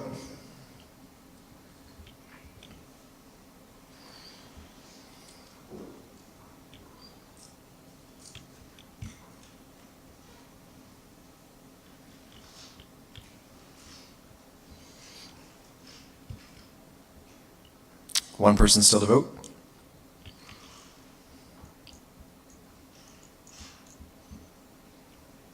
And that carries. Councillor Holland, is there anything else you wanted to add? No, thank you, Mr. Mayor. Okay, thank you. Next on my list is Councillor Neal. Thank you. I have an amendment, but I just want to speak very quickly to the overall, and I have a question for staff as well. The original motion that was ruled out of order at our last previous council meeting had a clause in it that called for some kind of external involvement. I think the intent of that was good. I'm just wondering if, and this is a question to the CAO, would your intent be that you reach out beyond city staff to look into this? And the reason I ask is that there have been several Queen's professors who have spoken to me about the election process, and I think we have a wealth of knowledge and experience beyond our own staff within the community. So would your intent be that you would be engaging people besides city staff? CAO Hunt? Through you, Mr. Mayor, no, with the motion that's being debated by council, city staff would manage that. We would solicit input from all people through a number of different sources, and then be reporting that back in our report, including comments with respect to that input and validation. I'm confident that staff can do a comprehensive review of this and report back to council with appropriate recommendations for improvements for 2018. Thank you. A couple of things. This is probably the only election I've been involved in where there wasn't an ability to do what's called inside scrutineering, where you were able to find out who voted in your district, which is something that every other level of government does. And I spoke to our chief election officer about that. And I think that's something that I would hope would be included in the future. I do have an amendment if there's a seconder, and this would give an opportunity for more people in the community to have input into the process. And so my motion would be that Admin Policies Committee host a public meeting in order to solicit citizen input into the 2014 electoral process. And that could follow right after Councillor Holland's amendment, I would think, because it kind of springs from her amendment, if there's a seconder for that. Seconded by Councillor Stroud. Do you have that in writing, I Councillor do. Neal? I've been shamed into putting it in writing. Thank you. So I'm going easy on this first meeting, but unless it's an amendment that is obviously something that needs to be done on the fly, I am going to ask that they're submitted early. It just saves a lot of time because there's a lot of amendments that we're working with. So I will be more lenient tonight, but I would get to the point where I'll refuse amendments if they're not written in advance. Okay. So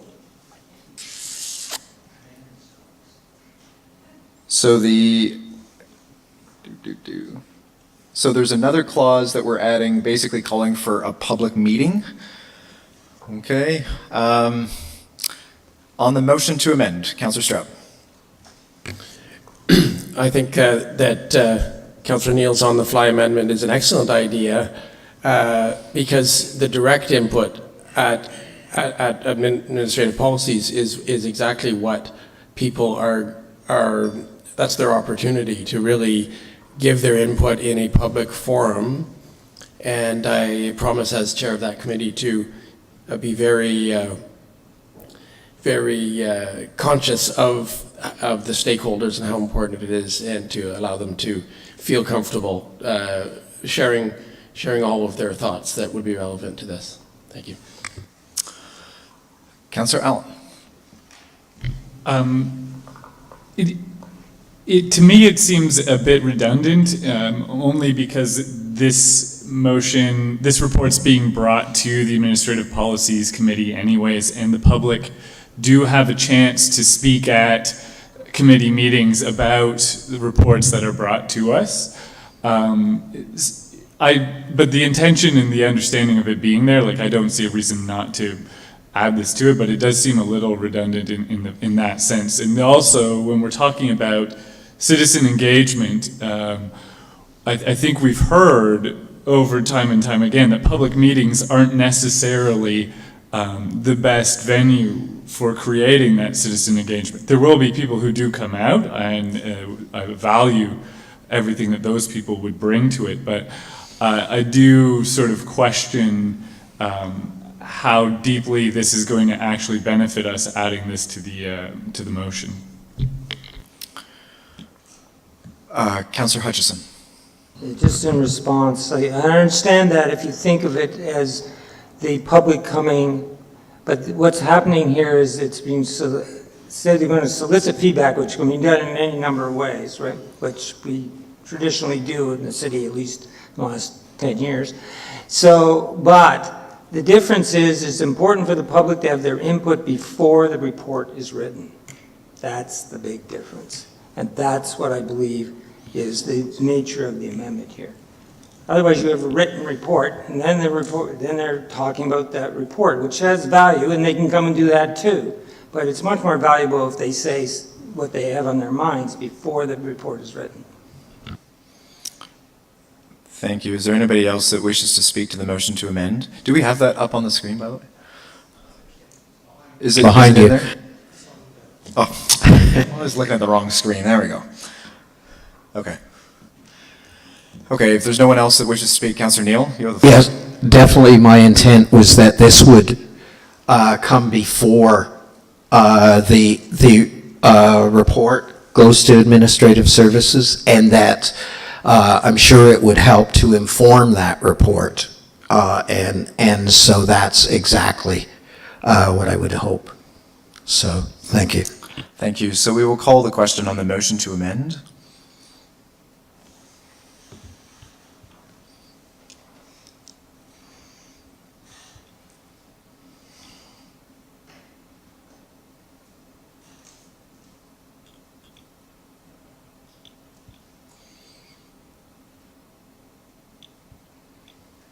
Still one person to vote. Please vote again. And that's carried. On the motion as amended, any further comments? Councillor Allen.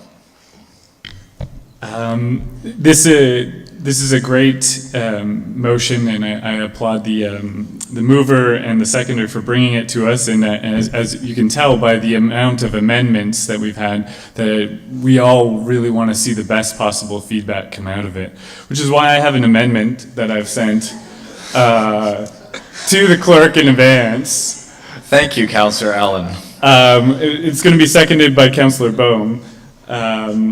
But it's just, I just wanted to add another clause in there, and there's been ones added now, so I don't know what number this would be, but I intended for it to come after collect feedback from staff who worked at the polling stations, is of similar size to determine best practices, because many other municipalities use the same system or a similar system to us, and we're able to get the results out quicker and achieve greater voter turnout. And so I think it's important that we include that on there. Okay, thank you. We have that up on the screen. Is there a seconder?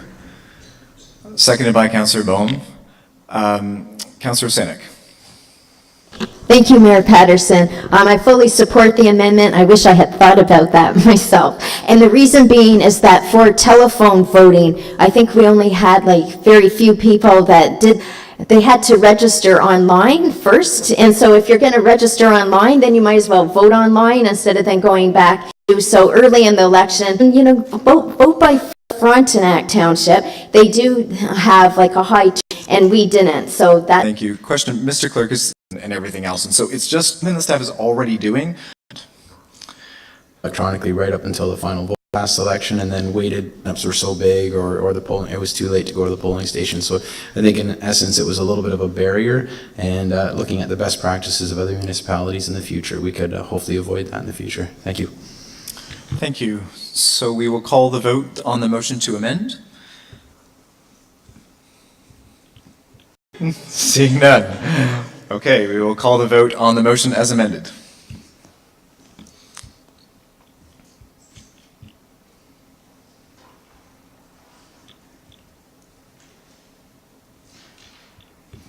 And that carries.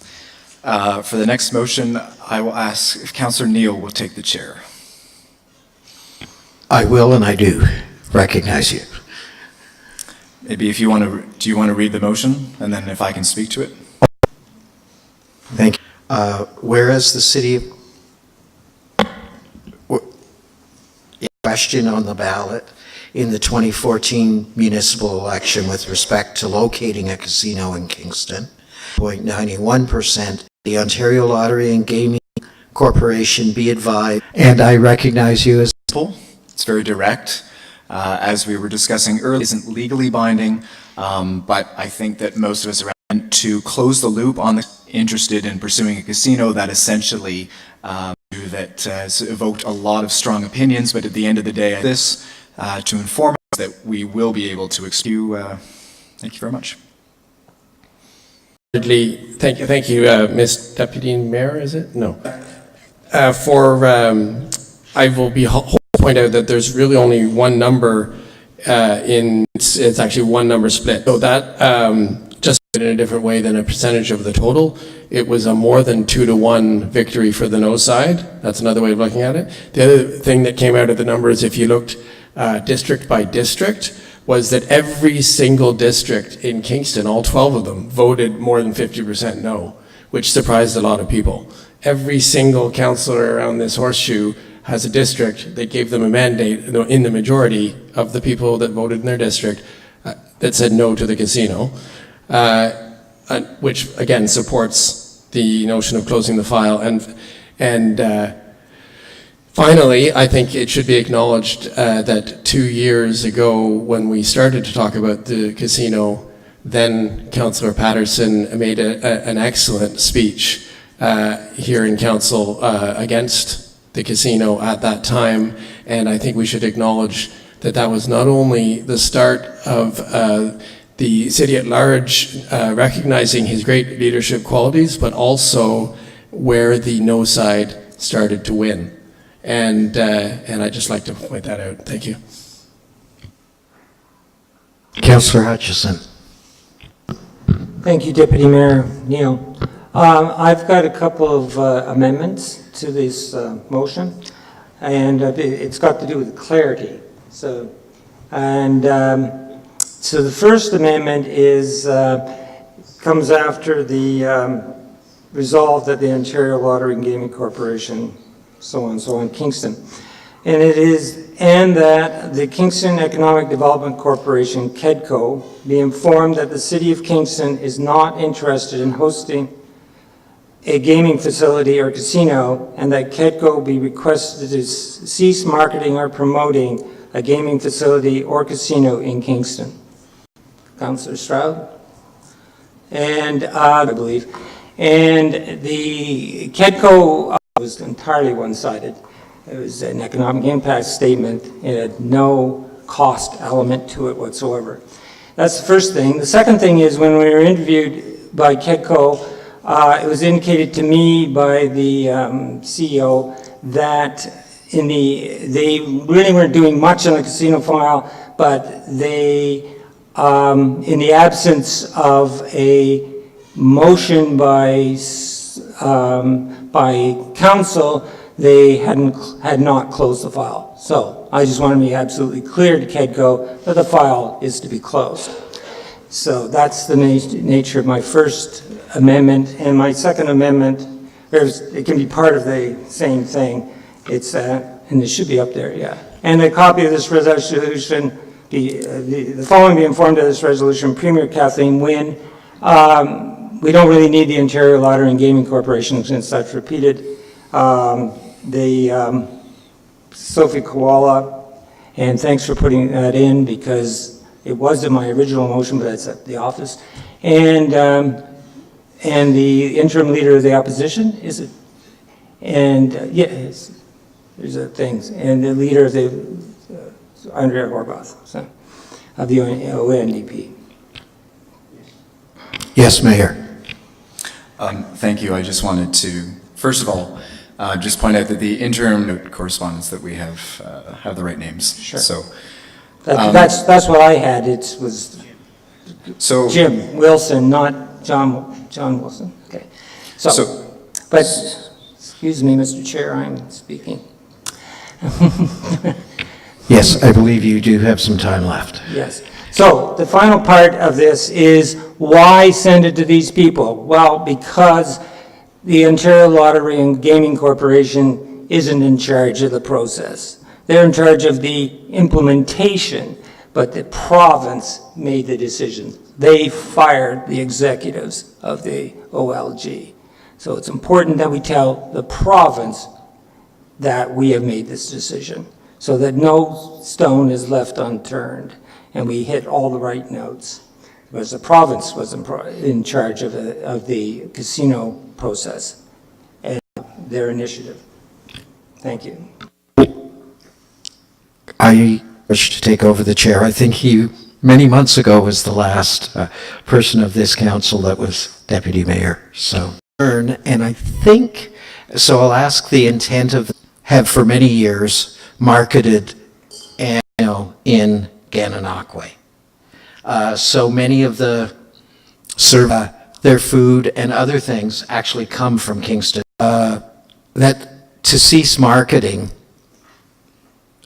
just we don't do business with Gananoque. So. Kingston. Nothing to do with Gananoque. Okay, thank you. Recognize the mayor again. Ask that the two clauses be separated. I have no problem with concerned with the first. An agency like KEDCO can keep going on a different track and wouldn't pay attention to the that should be automatic. And I'm sure and I know that KEDCO is paying close attention to this and will certainly take our motion to OLG and to the province with advisement. I don't want to set the precedent where when we pass a motion that we then have to inform all of our outside agencies about our decision and make sure that that's explicit. I think that that should just be natural since all of those outside agencies eventually do report to us. Thank you. So, seeing no other comments or questions, I will call the question on the first clause only. My apologies. You may speak last. Thank you. Just in response to what the mayor said, KEDCO is a separate corporation. The only control we have over it is through budget and influence, I suppose, public and otherwise. And so that's why the first clause quite carefully says, be requested. So they could not do it. Perhaps the mayor's faith in it happening is greater than mine. I just want to make it absolutely clear, and that's the whole point of that clause. Thank you. Seeing no further, we will call the question on the first clause.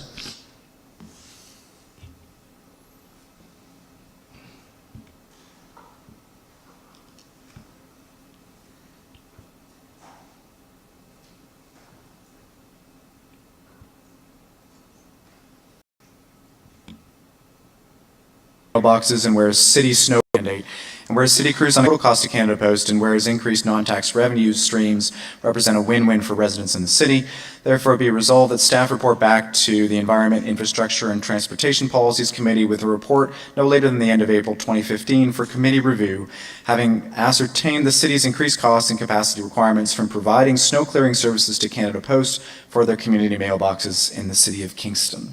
Councillor McLaren.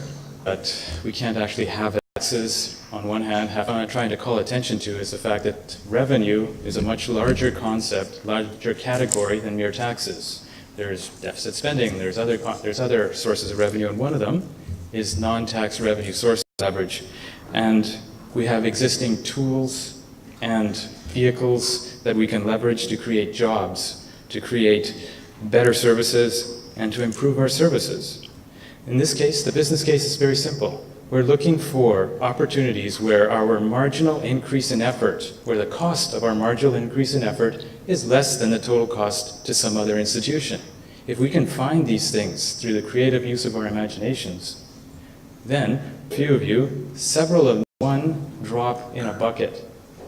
If we can expand, seriously smart citizens of this city, we may be able to leverage millions of years of lived experience, collective lived experience, to come up with a whole bucket full, or a whole stream, many streams that will fill up a bucket and actually allow us to expand our services and keep our taxes low. This is an attempt to ascertain what we need to do to be able to make a profitable bid to Canada Post. Just one of many that have come to light since I've come up with this. And I hope that you will all consider the wonderful things we can do with a lot more money in our budgets. Thank you. Thank you. Councillor Stroud. Thank you, Mr. Mayor. I'm happy to support this amendment and second it. And just highlight a couple of things for council and the public. Thinking outside the box is a concept that we need to be serious about. Often, as we've seen with the sheer volume of what's happened at this meeting and all the information we had to get through in preparation for it, one can get bogged down in the details that are coming our way and merely be reactive to the things that are coming up and not really proactive in the sense of how do we really find a win-win. It is whether the Canada Post boxes or not are a rational way to go about this. That's not really the main point. The main point is we need to find ways to increase non-tax revenue, and this is the starting point. So, and if we do find one that does make sense, we need to look for more. The more non-tax revenue we find, the less we have to worry about, making taxes, keeping them, all the preoccupation that we have with tax rates. The pressure will be relieved. I know it may be a little bit of a unicorn or a holy grail, the idea that we can do this, but really, the fact that you have to point out that there is more to life than just tax and spend, that really should show you how important it is to think outside the box on this. Thank you. Thank you. Is there anybody else that wishes to speak? Councillor Candon. Thank you, Mayor Patterson. Just with regards to, I'm sure everybody's received a lot of emails over the last snowfall. I'm sure I'm not the only one, and I'm sure it's going to continue. But I feel as though, and correct me if I'm wrong, I feel as though a lot of concerns with citizens are that snow removal's slow. Even if we pick it up a considerable amount, people will still say it's slow. It's one of those things. I feel like this will potentially slow us down a great deal with regards to people stopping at slowing down their route. Does anybody have any comments or could expand on that or have a rebuttal for me? And so once we give the floor away, then you don't get it back. So yeah, unless you can do something like with sign language or something like that. So I think you'll just have to leave that as a rhetorical question. So is that okay? Councillor George. One, I don't know if the city should be in the business as Canada Post. To make a decision on as a city, what business do we want to be in?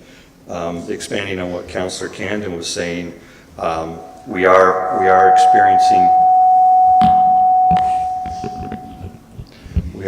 Was that you? Okay.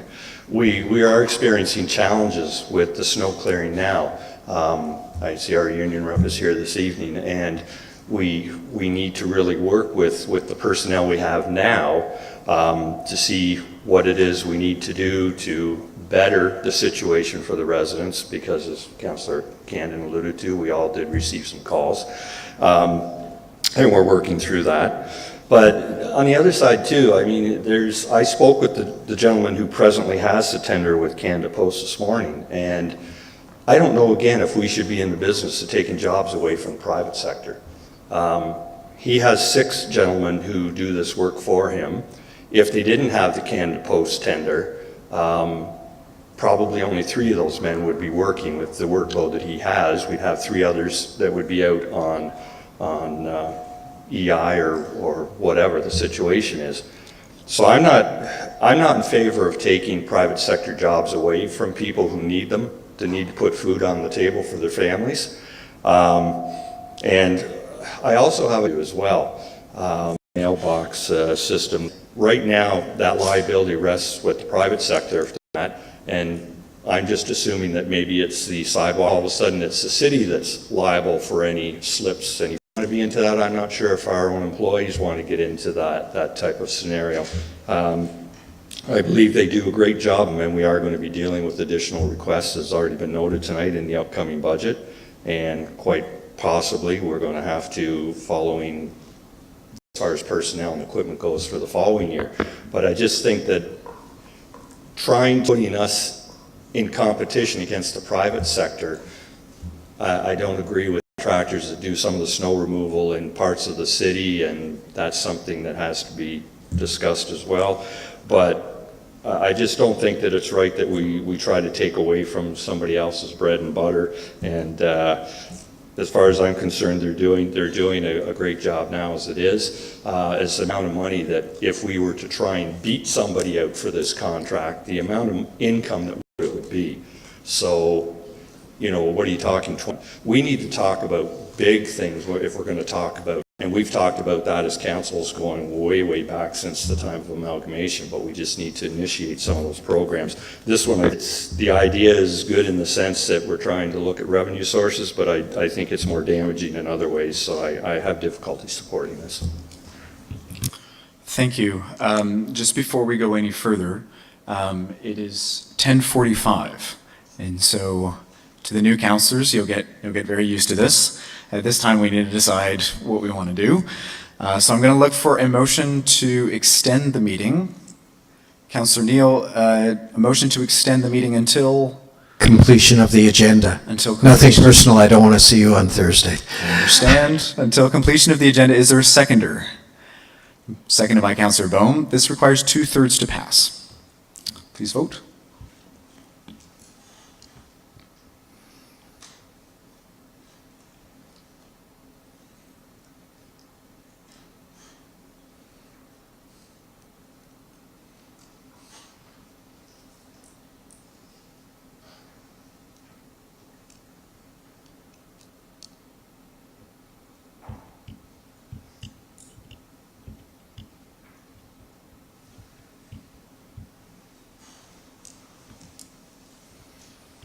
There we go.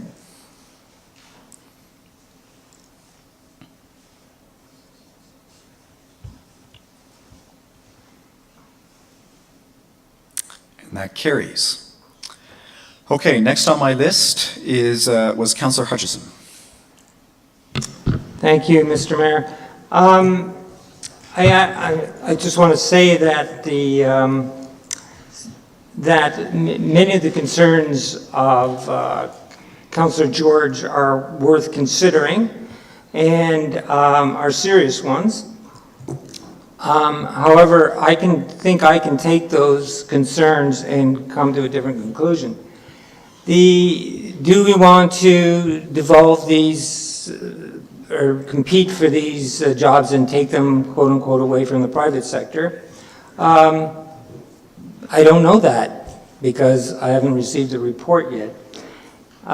Similarly, and I think that's the issue, we can stop this sort of initiative, which is an interesting concept, by prejudging it, or we can go follow through and get the report and then decide.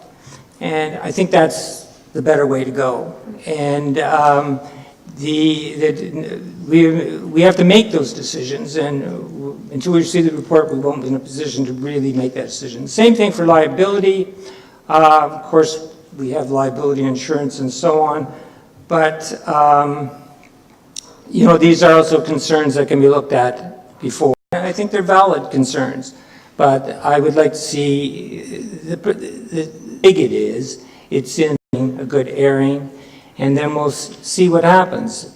It could be that the concept is really good, but this particular application is not.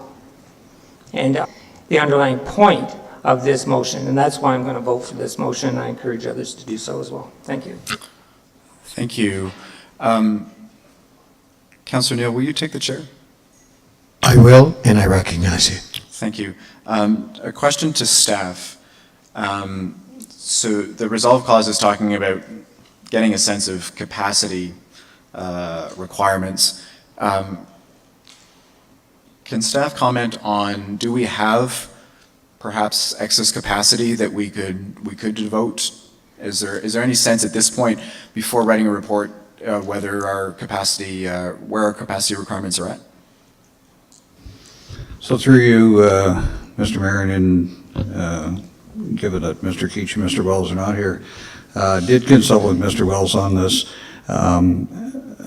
If you interpret the motion as being, do we have excess capacity today to be able to absorb this sort of an opportunity?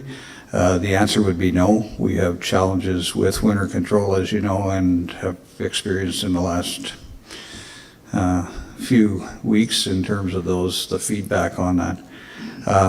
His other concern was with respect to the liability that goes along with this and how you would engage with Canada Post to be able to bid on that sort of a contract.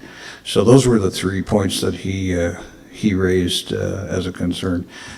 He also indicated that part of the analysis of the EITP meeting was to try to get a handle on the standards of winter control service across the municipality, which I talked about a little earlier tonight, and to determine how to effectively allocate resources to meet those particular standards. And I think we all recognize that sometimes it's not only about adding resources, it's a matter of trying to find the most efficient and effective way to actually deliver the service, because at the end of the day, affordability is a question.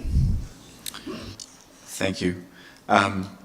So I'd just like to say, first of all, like Councillor Hutchison, I really like the concept, and I commend the mover and seconder for thinking about ways that we can save money and improve services. I think that that's great, and I certainly think that that's totally in line with our smart city vision about this openness of new ways of doing things. But as has been pointed out, here we have a specific example, and we want to see, is there an opportunity here or not? I would argue that if there was capacity, then that could make sense, because there's probably some kind of price arrangement by which we could get something from Canada Post. It would cost us less because we have that excess capacity. But given the answer from staff, and given that we already know we're not even really at the standard we want to be at, so we're already dealing with those capacity constraints, I'm not sure that that opportunity is here.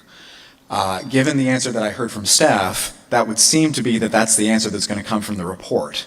And one of the things that I'm cautious about is asking staff to go and take the time to do reports when we can already kind of get what the answer is going to be. I'd rather have them go and do another report because there's only so much talking about capacity, so many reports that they can do at a certain time. So given the answer from staff on this, my concern is that this is probably not a window of opportunity that's open to us right now. I would encourage, as the mover said, to look for other opportunities. I think other opportunities are out there. I just don't think this is one of them. And I don't think that we should have staff take the time to basically formalize the answer when we already know what the answer is. So I would encourage council to vote against this just for that reason. Thank you. Thank you, and I return the chair. Thank you. Is there anybody else that has not spoken to the motion that wishes to speak? Councillor McLaren, as the mover, you have the last word. Thank you. I was just advised that we should move this to November. If I can make a motion to just change the date from April to November. So who's the second? The seconder on that is Councillor Stroud. Are you okay with that, Councillor Stroud? Changing it from April of 2015 to November of 2015? Yes. Okay. Can we just note that as a friendly amendment? Thank you. Yes. Yes, Councillor. Thank you. It has been argued that this will slow us down. The way I've seen some of the community mailboxes, it will not slow us down. We have sidewalk plows that go right beside it. It would be a simple back up and push the snow one little bit more, perhaps a few seconds at most. Should we be in the business? It's been argued that we shouldn't be in the business of competing with private sector employees. May I remind us that we are in a capitalist society in which competition is a virtue, and if a particular entity cannot compete, then they perhaps should not be in business. Or I'm talking about our city competing with another entity in a way that allows us to create good jobs, high-paying jobs with benefits. This is not something that most contractors offer. We can leverage our economies of scale and our existing infrastructure or vehicles and utilities to actually gain a benefit, a competitive advantage that allows us to provide better service to our people. This seems to be the way the world works. I think we should consider that. Liability. Canada Post, having called them, is under the impression that the community mailboxes are the land under the community mailboxes where people may slip is owned by the city. We are liable. If they do an incorrect or bad job, we are liable. Why? Because a contractor probably does not have deep pockets. If a contractor does not have deep pockets, anybody who wishes to sue may sue the city. We are the target. We should make sure that it gets done correctly. We have the best vehicles, we have the best trained staff, and we have economies of scale that we can leverage. It was argued that this was just a drop in a bucket. Yes, it is, but it is part of the solution as opposed to part of the problem. We're trying to expand this. If we can add several thousand drops to a bucket, that is better than having not added them in the first place. And lastly, it is not a question of whether we have the capacity now. That has been answered. The report is asking is what do we need to get capacity to do that? This is beneficial for everyone across the city. In addition, there may be other opportunities. Some that have come up already is the fact that school boards have parking lots. The new hospital has a parking lot. These are also opportunities to expand the service and get more revenue. These have just come up when I was talking to other people. It's not a question of whether we have capacity now. That answer has been answered. That question has been answered. It's what do we need to move forward in a way that we can benefit all, increase revenue, keep taxes low, and service the city that we are apparently not servicing enough right now because we don't have the capacity. This is the question that I'm asking. And I'm asking you to support me in this, please. Okay, thank you. So we will call the vote.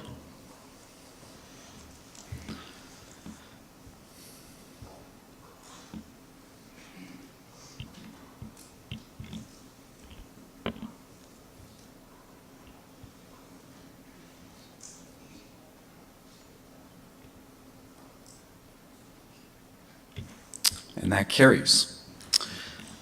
Moved by Councillor Sanik, seconded by Councillor Neal. Whereas 4 of the 5 turtle species found in the Kingston area are listed as species at risk by the provincial government and given special protection under provincial laws, and whereas research has documented many unnecessary turtle deaths on certain Kingston roadways, and whereas a need for protection measures beyond signage has been identified as the best way to reduce turtle deaths on Kingston roadways, and whereas before proceeding with a project to protect turtles at risk on a main city thoroughfare, Kingston City Council 2010-2014 required the community to raise half the estimated cost of the project, $30,600. And whereas a group of citizens formed Turtle Kingston and has raised the required amount, therefore be it resolved that Kingston City Council, by way of this motion, officially thank Turtles Kingston and the Kingston Field Naturalists and all the donors to this fundraising project, including these corporate donors: Limestone Organic Creamery, Scott Wentworth Landscape Group, Transformix Engineering, Tomlinson Environmental Services, and Philip Brown of Brown's Food Services, as well as the students and their teachers of Cataraqui Woods Elementary School, École Sir John A. Macdonald School, Kingston Collegiate Vocational Institute, Environmental Club, Martello School, and St. Marguerite Bourgeois School, and also the Kingston Egyptian Dance Ensemble and the many individuals who contributed to the fundraising efforts. And the Kingston City Council acknowledged the contribution of $5,000 by the TD Friends of the Environment Fund, and that staff be instructed to consult with members of the Kingston Field Naturalists, Turtles Kingston, and the Cataraqui Regional Conservation Area during the planning process for the first turtle mortality mitigation project. Councillor Osanik. Thank you very much, Mayor Patterson. Part of the $30,600 was raised by the handful of corporate donors, and I give them my sincere appreciation. The rest of the money was raised by individuals and students, and it was truly an example of that expression that every loonie counts, because there were loonie drives, toonie drives, donations of $5, $10, $20, and it all added up, and that was fantastic.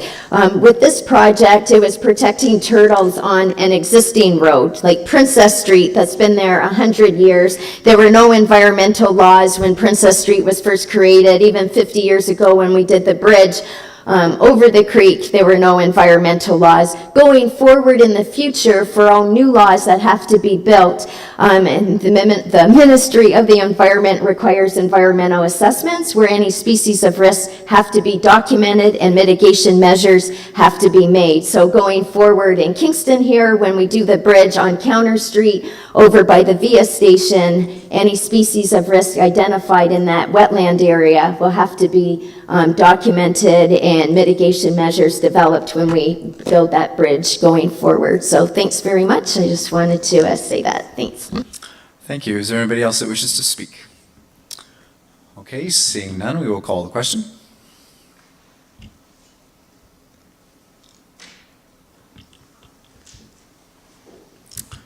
Please vote.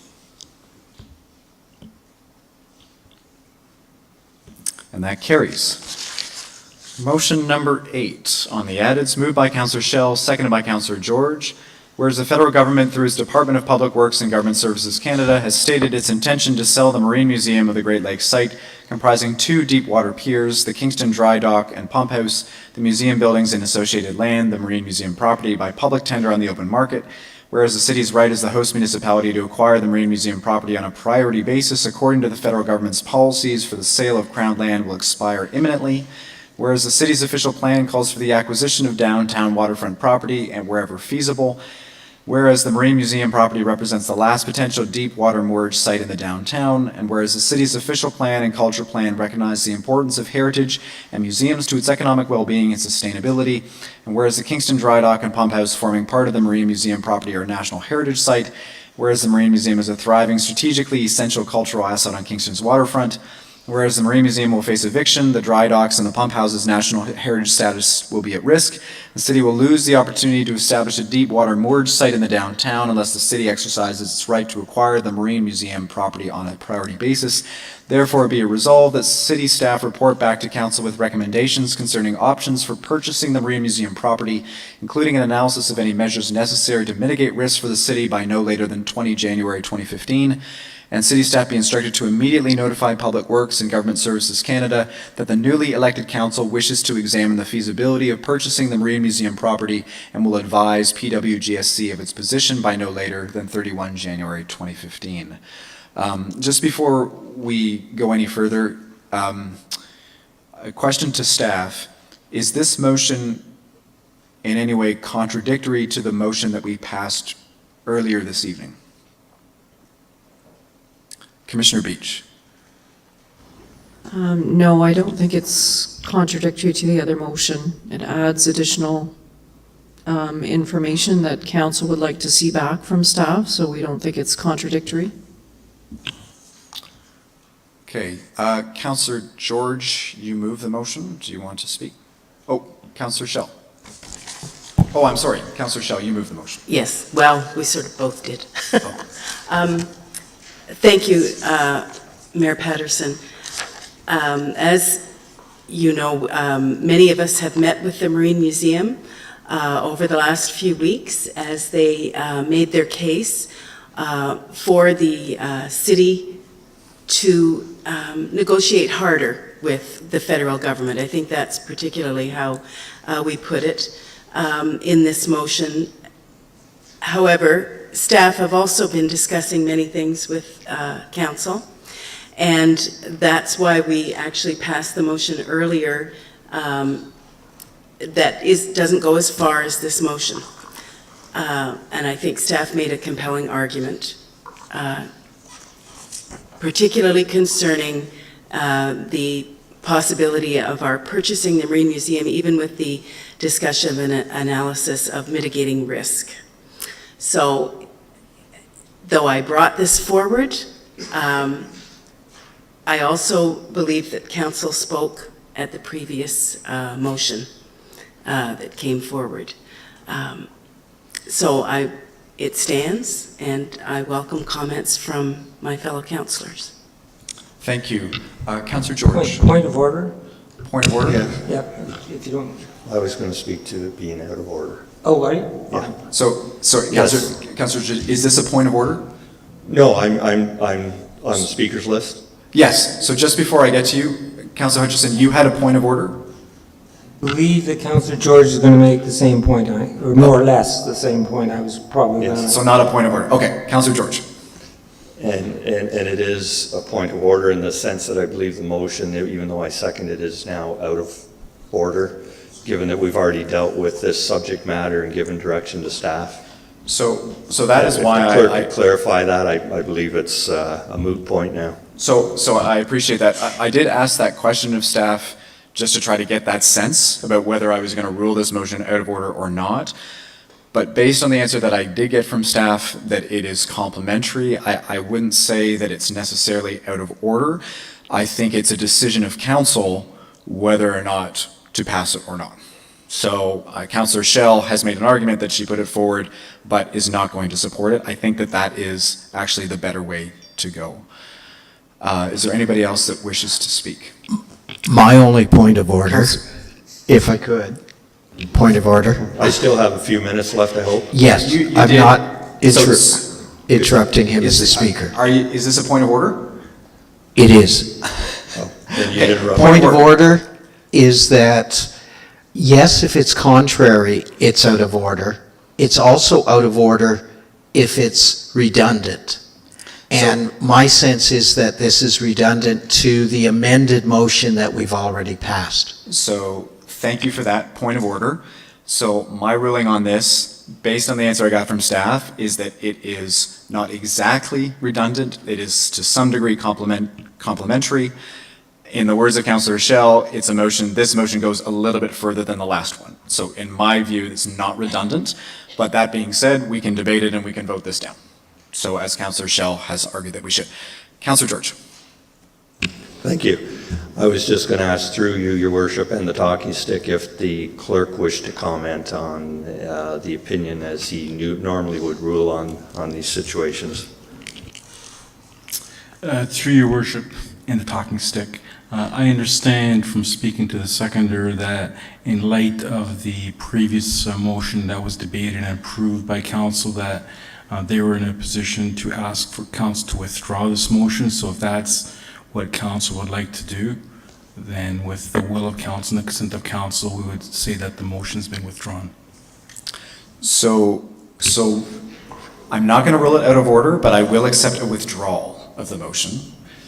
Well, or we can debate it and vote it down, or vote in favor. Well, I believe Councillor Schell has indicated she'd like to keep it on the floor, so if she wishes to do that, I'll remain as the second. I just want clarification because as a couple of the other speakers, I felt that it was out of order because the subject matter had already been dealt with.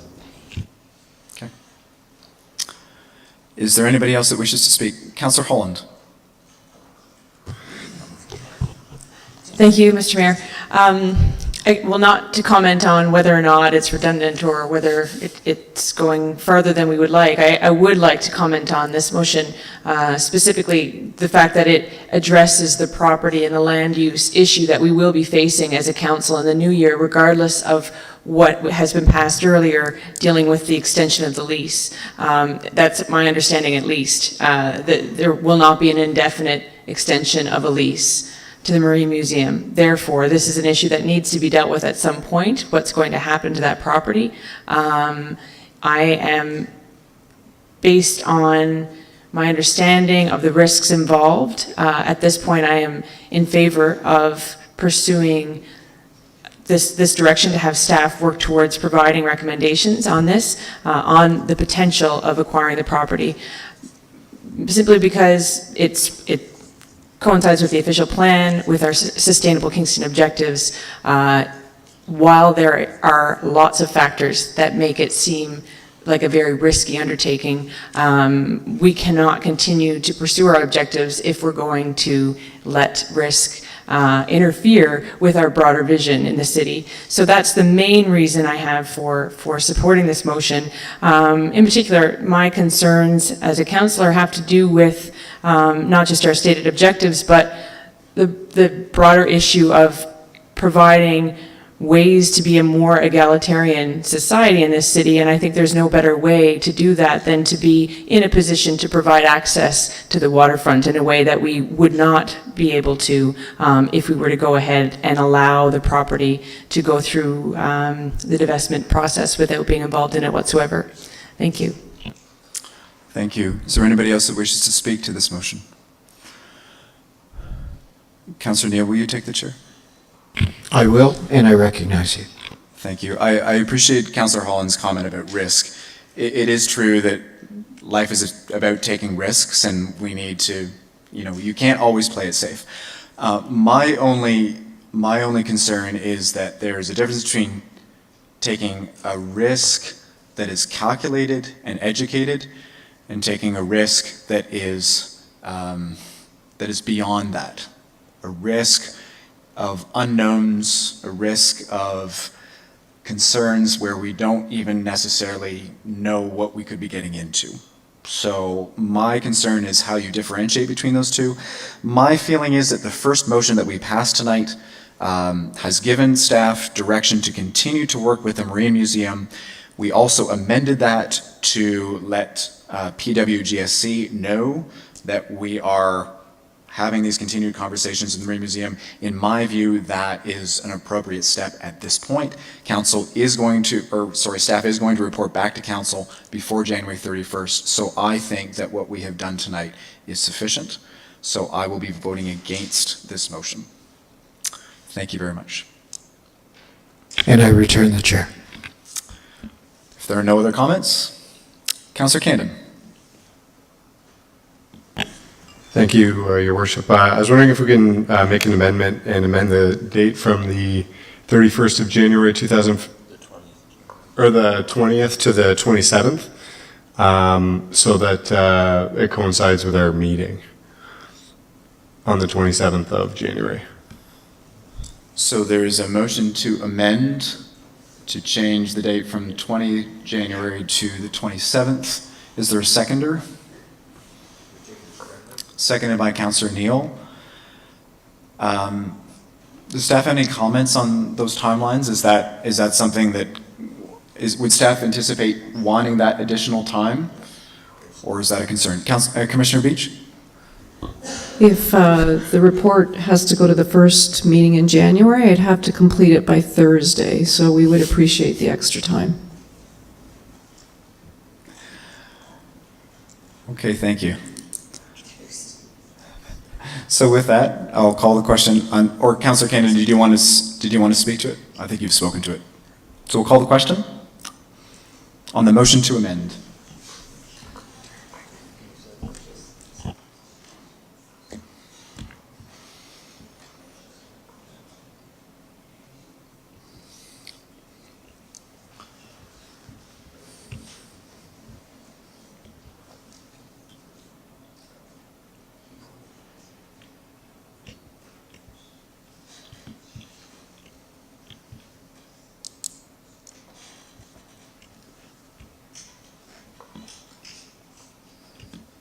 And that carries. So on the motion as amended, any further discussion? Okay, we'll call the vote.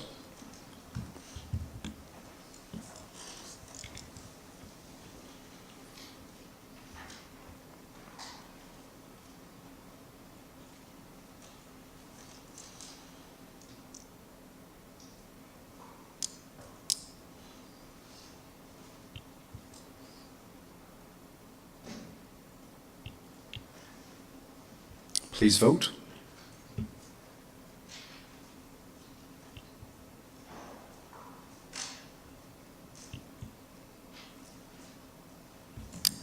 And that loses.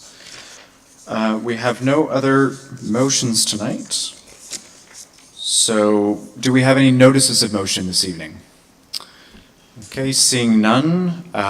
Minutes. Mr. Clerk. It's moved by Councillor George, seconded by Councillor Stroud, that the minutes of the City Council meeting number 2014-31 held on November 4th, 2014, the minutes of City Council meeting number 2014-32 held November 18th, 2014, the minutes of City Council inaugural meeting number 2015-01 held Tuesday, December 2nd, 2014, and the minutes of the special City Council meeting number 2015-02 held Thursday, December 4th, 2014 be confirmed. Please vote.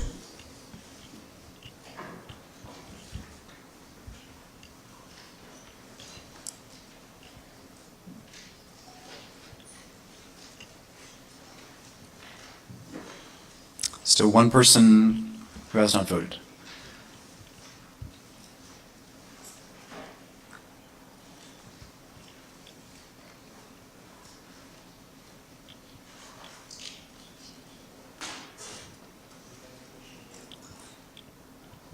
If everyone can vote again.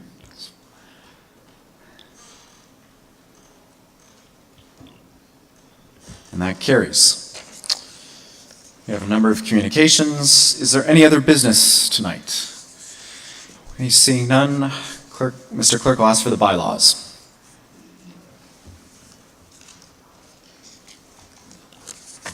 So there's a few conflicts that we have to separate bylaws for, so we'll start with Councillor George's bylaw. So it's bylaw 11, so we're going to do first and second and third as well for that one first.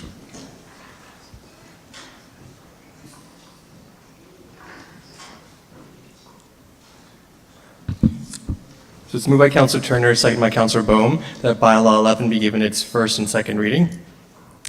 Please vote.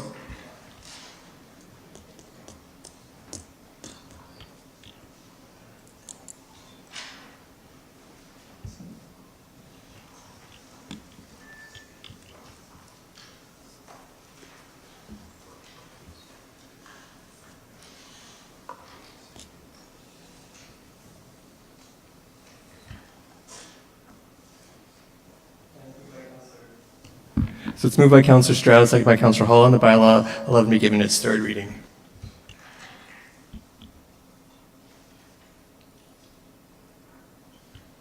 Please vote.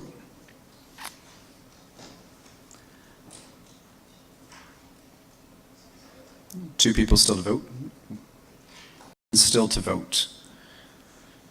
And that carries. So Councillor George can come back. And then we have one more separation for Councillor Canton for bylaw number 9 for one of the boards. So Councillor Canton, if you can just make sure you sign out just for this and then sign back in.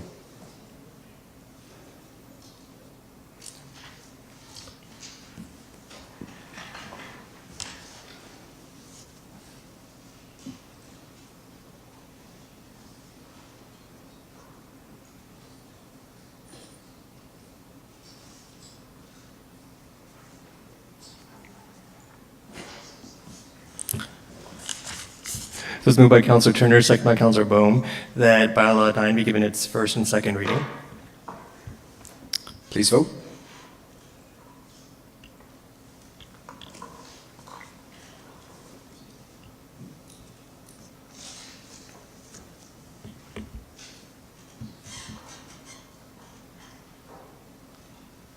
And that carries.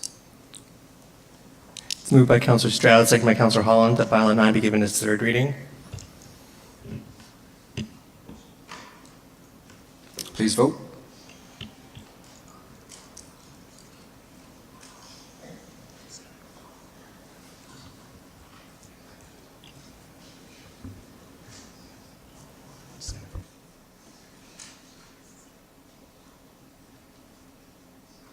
And that carries.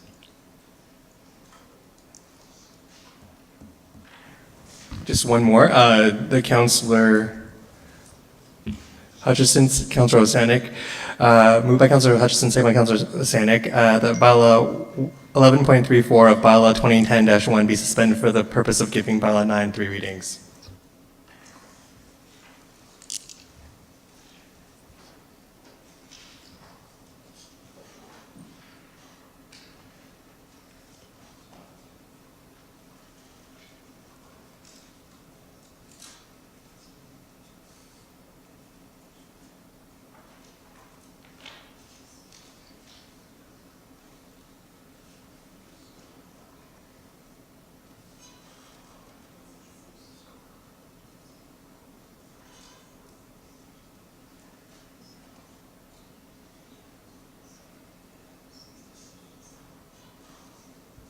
Please vote. Please vote.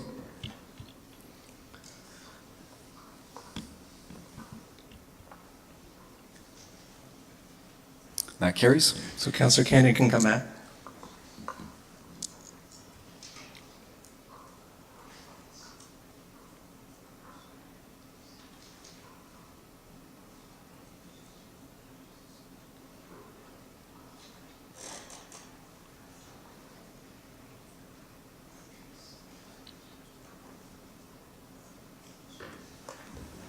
This is moved by Councillor Turner, second by Councillor Bohm, that bylaws 1 through 8, 10, 12, and 13 be given their first and second reading.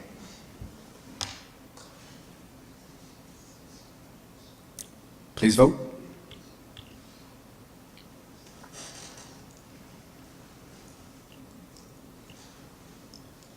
And that carries.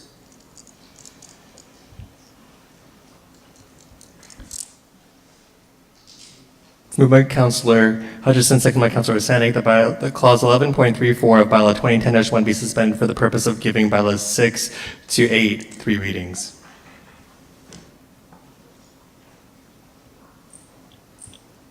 Please vote.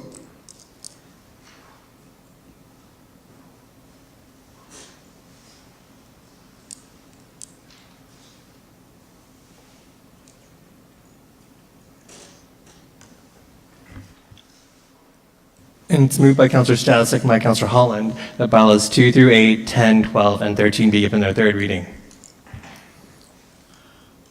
Please vote.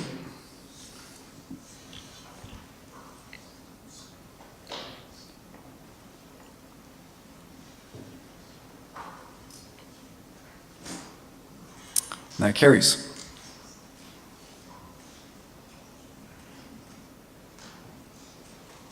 Motion to adjourn, moved by Councillor George, seconded by Councillor Neil. Please vote one last time.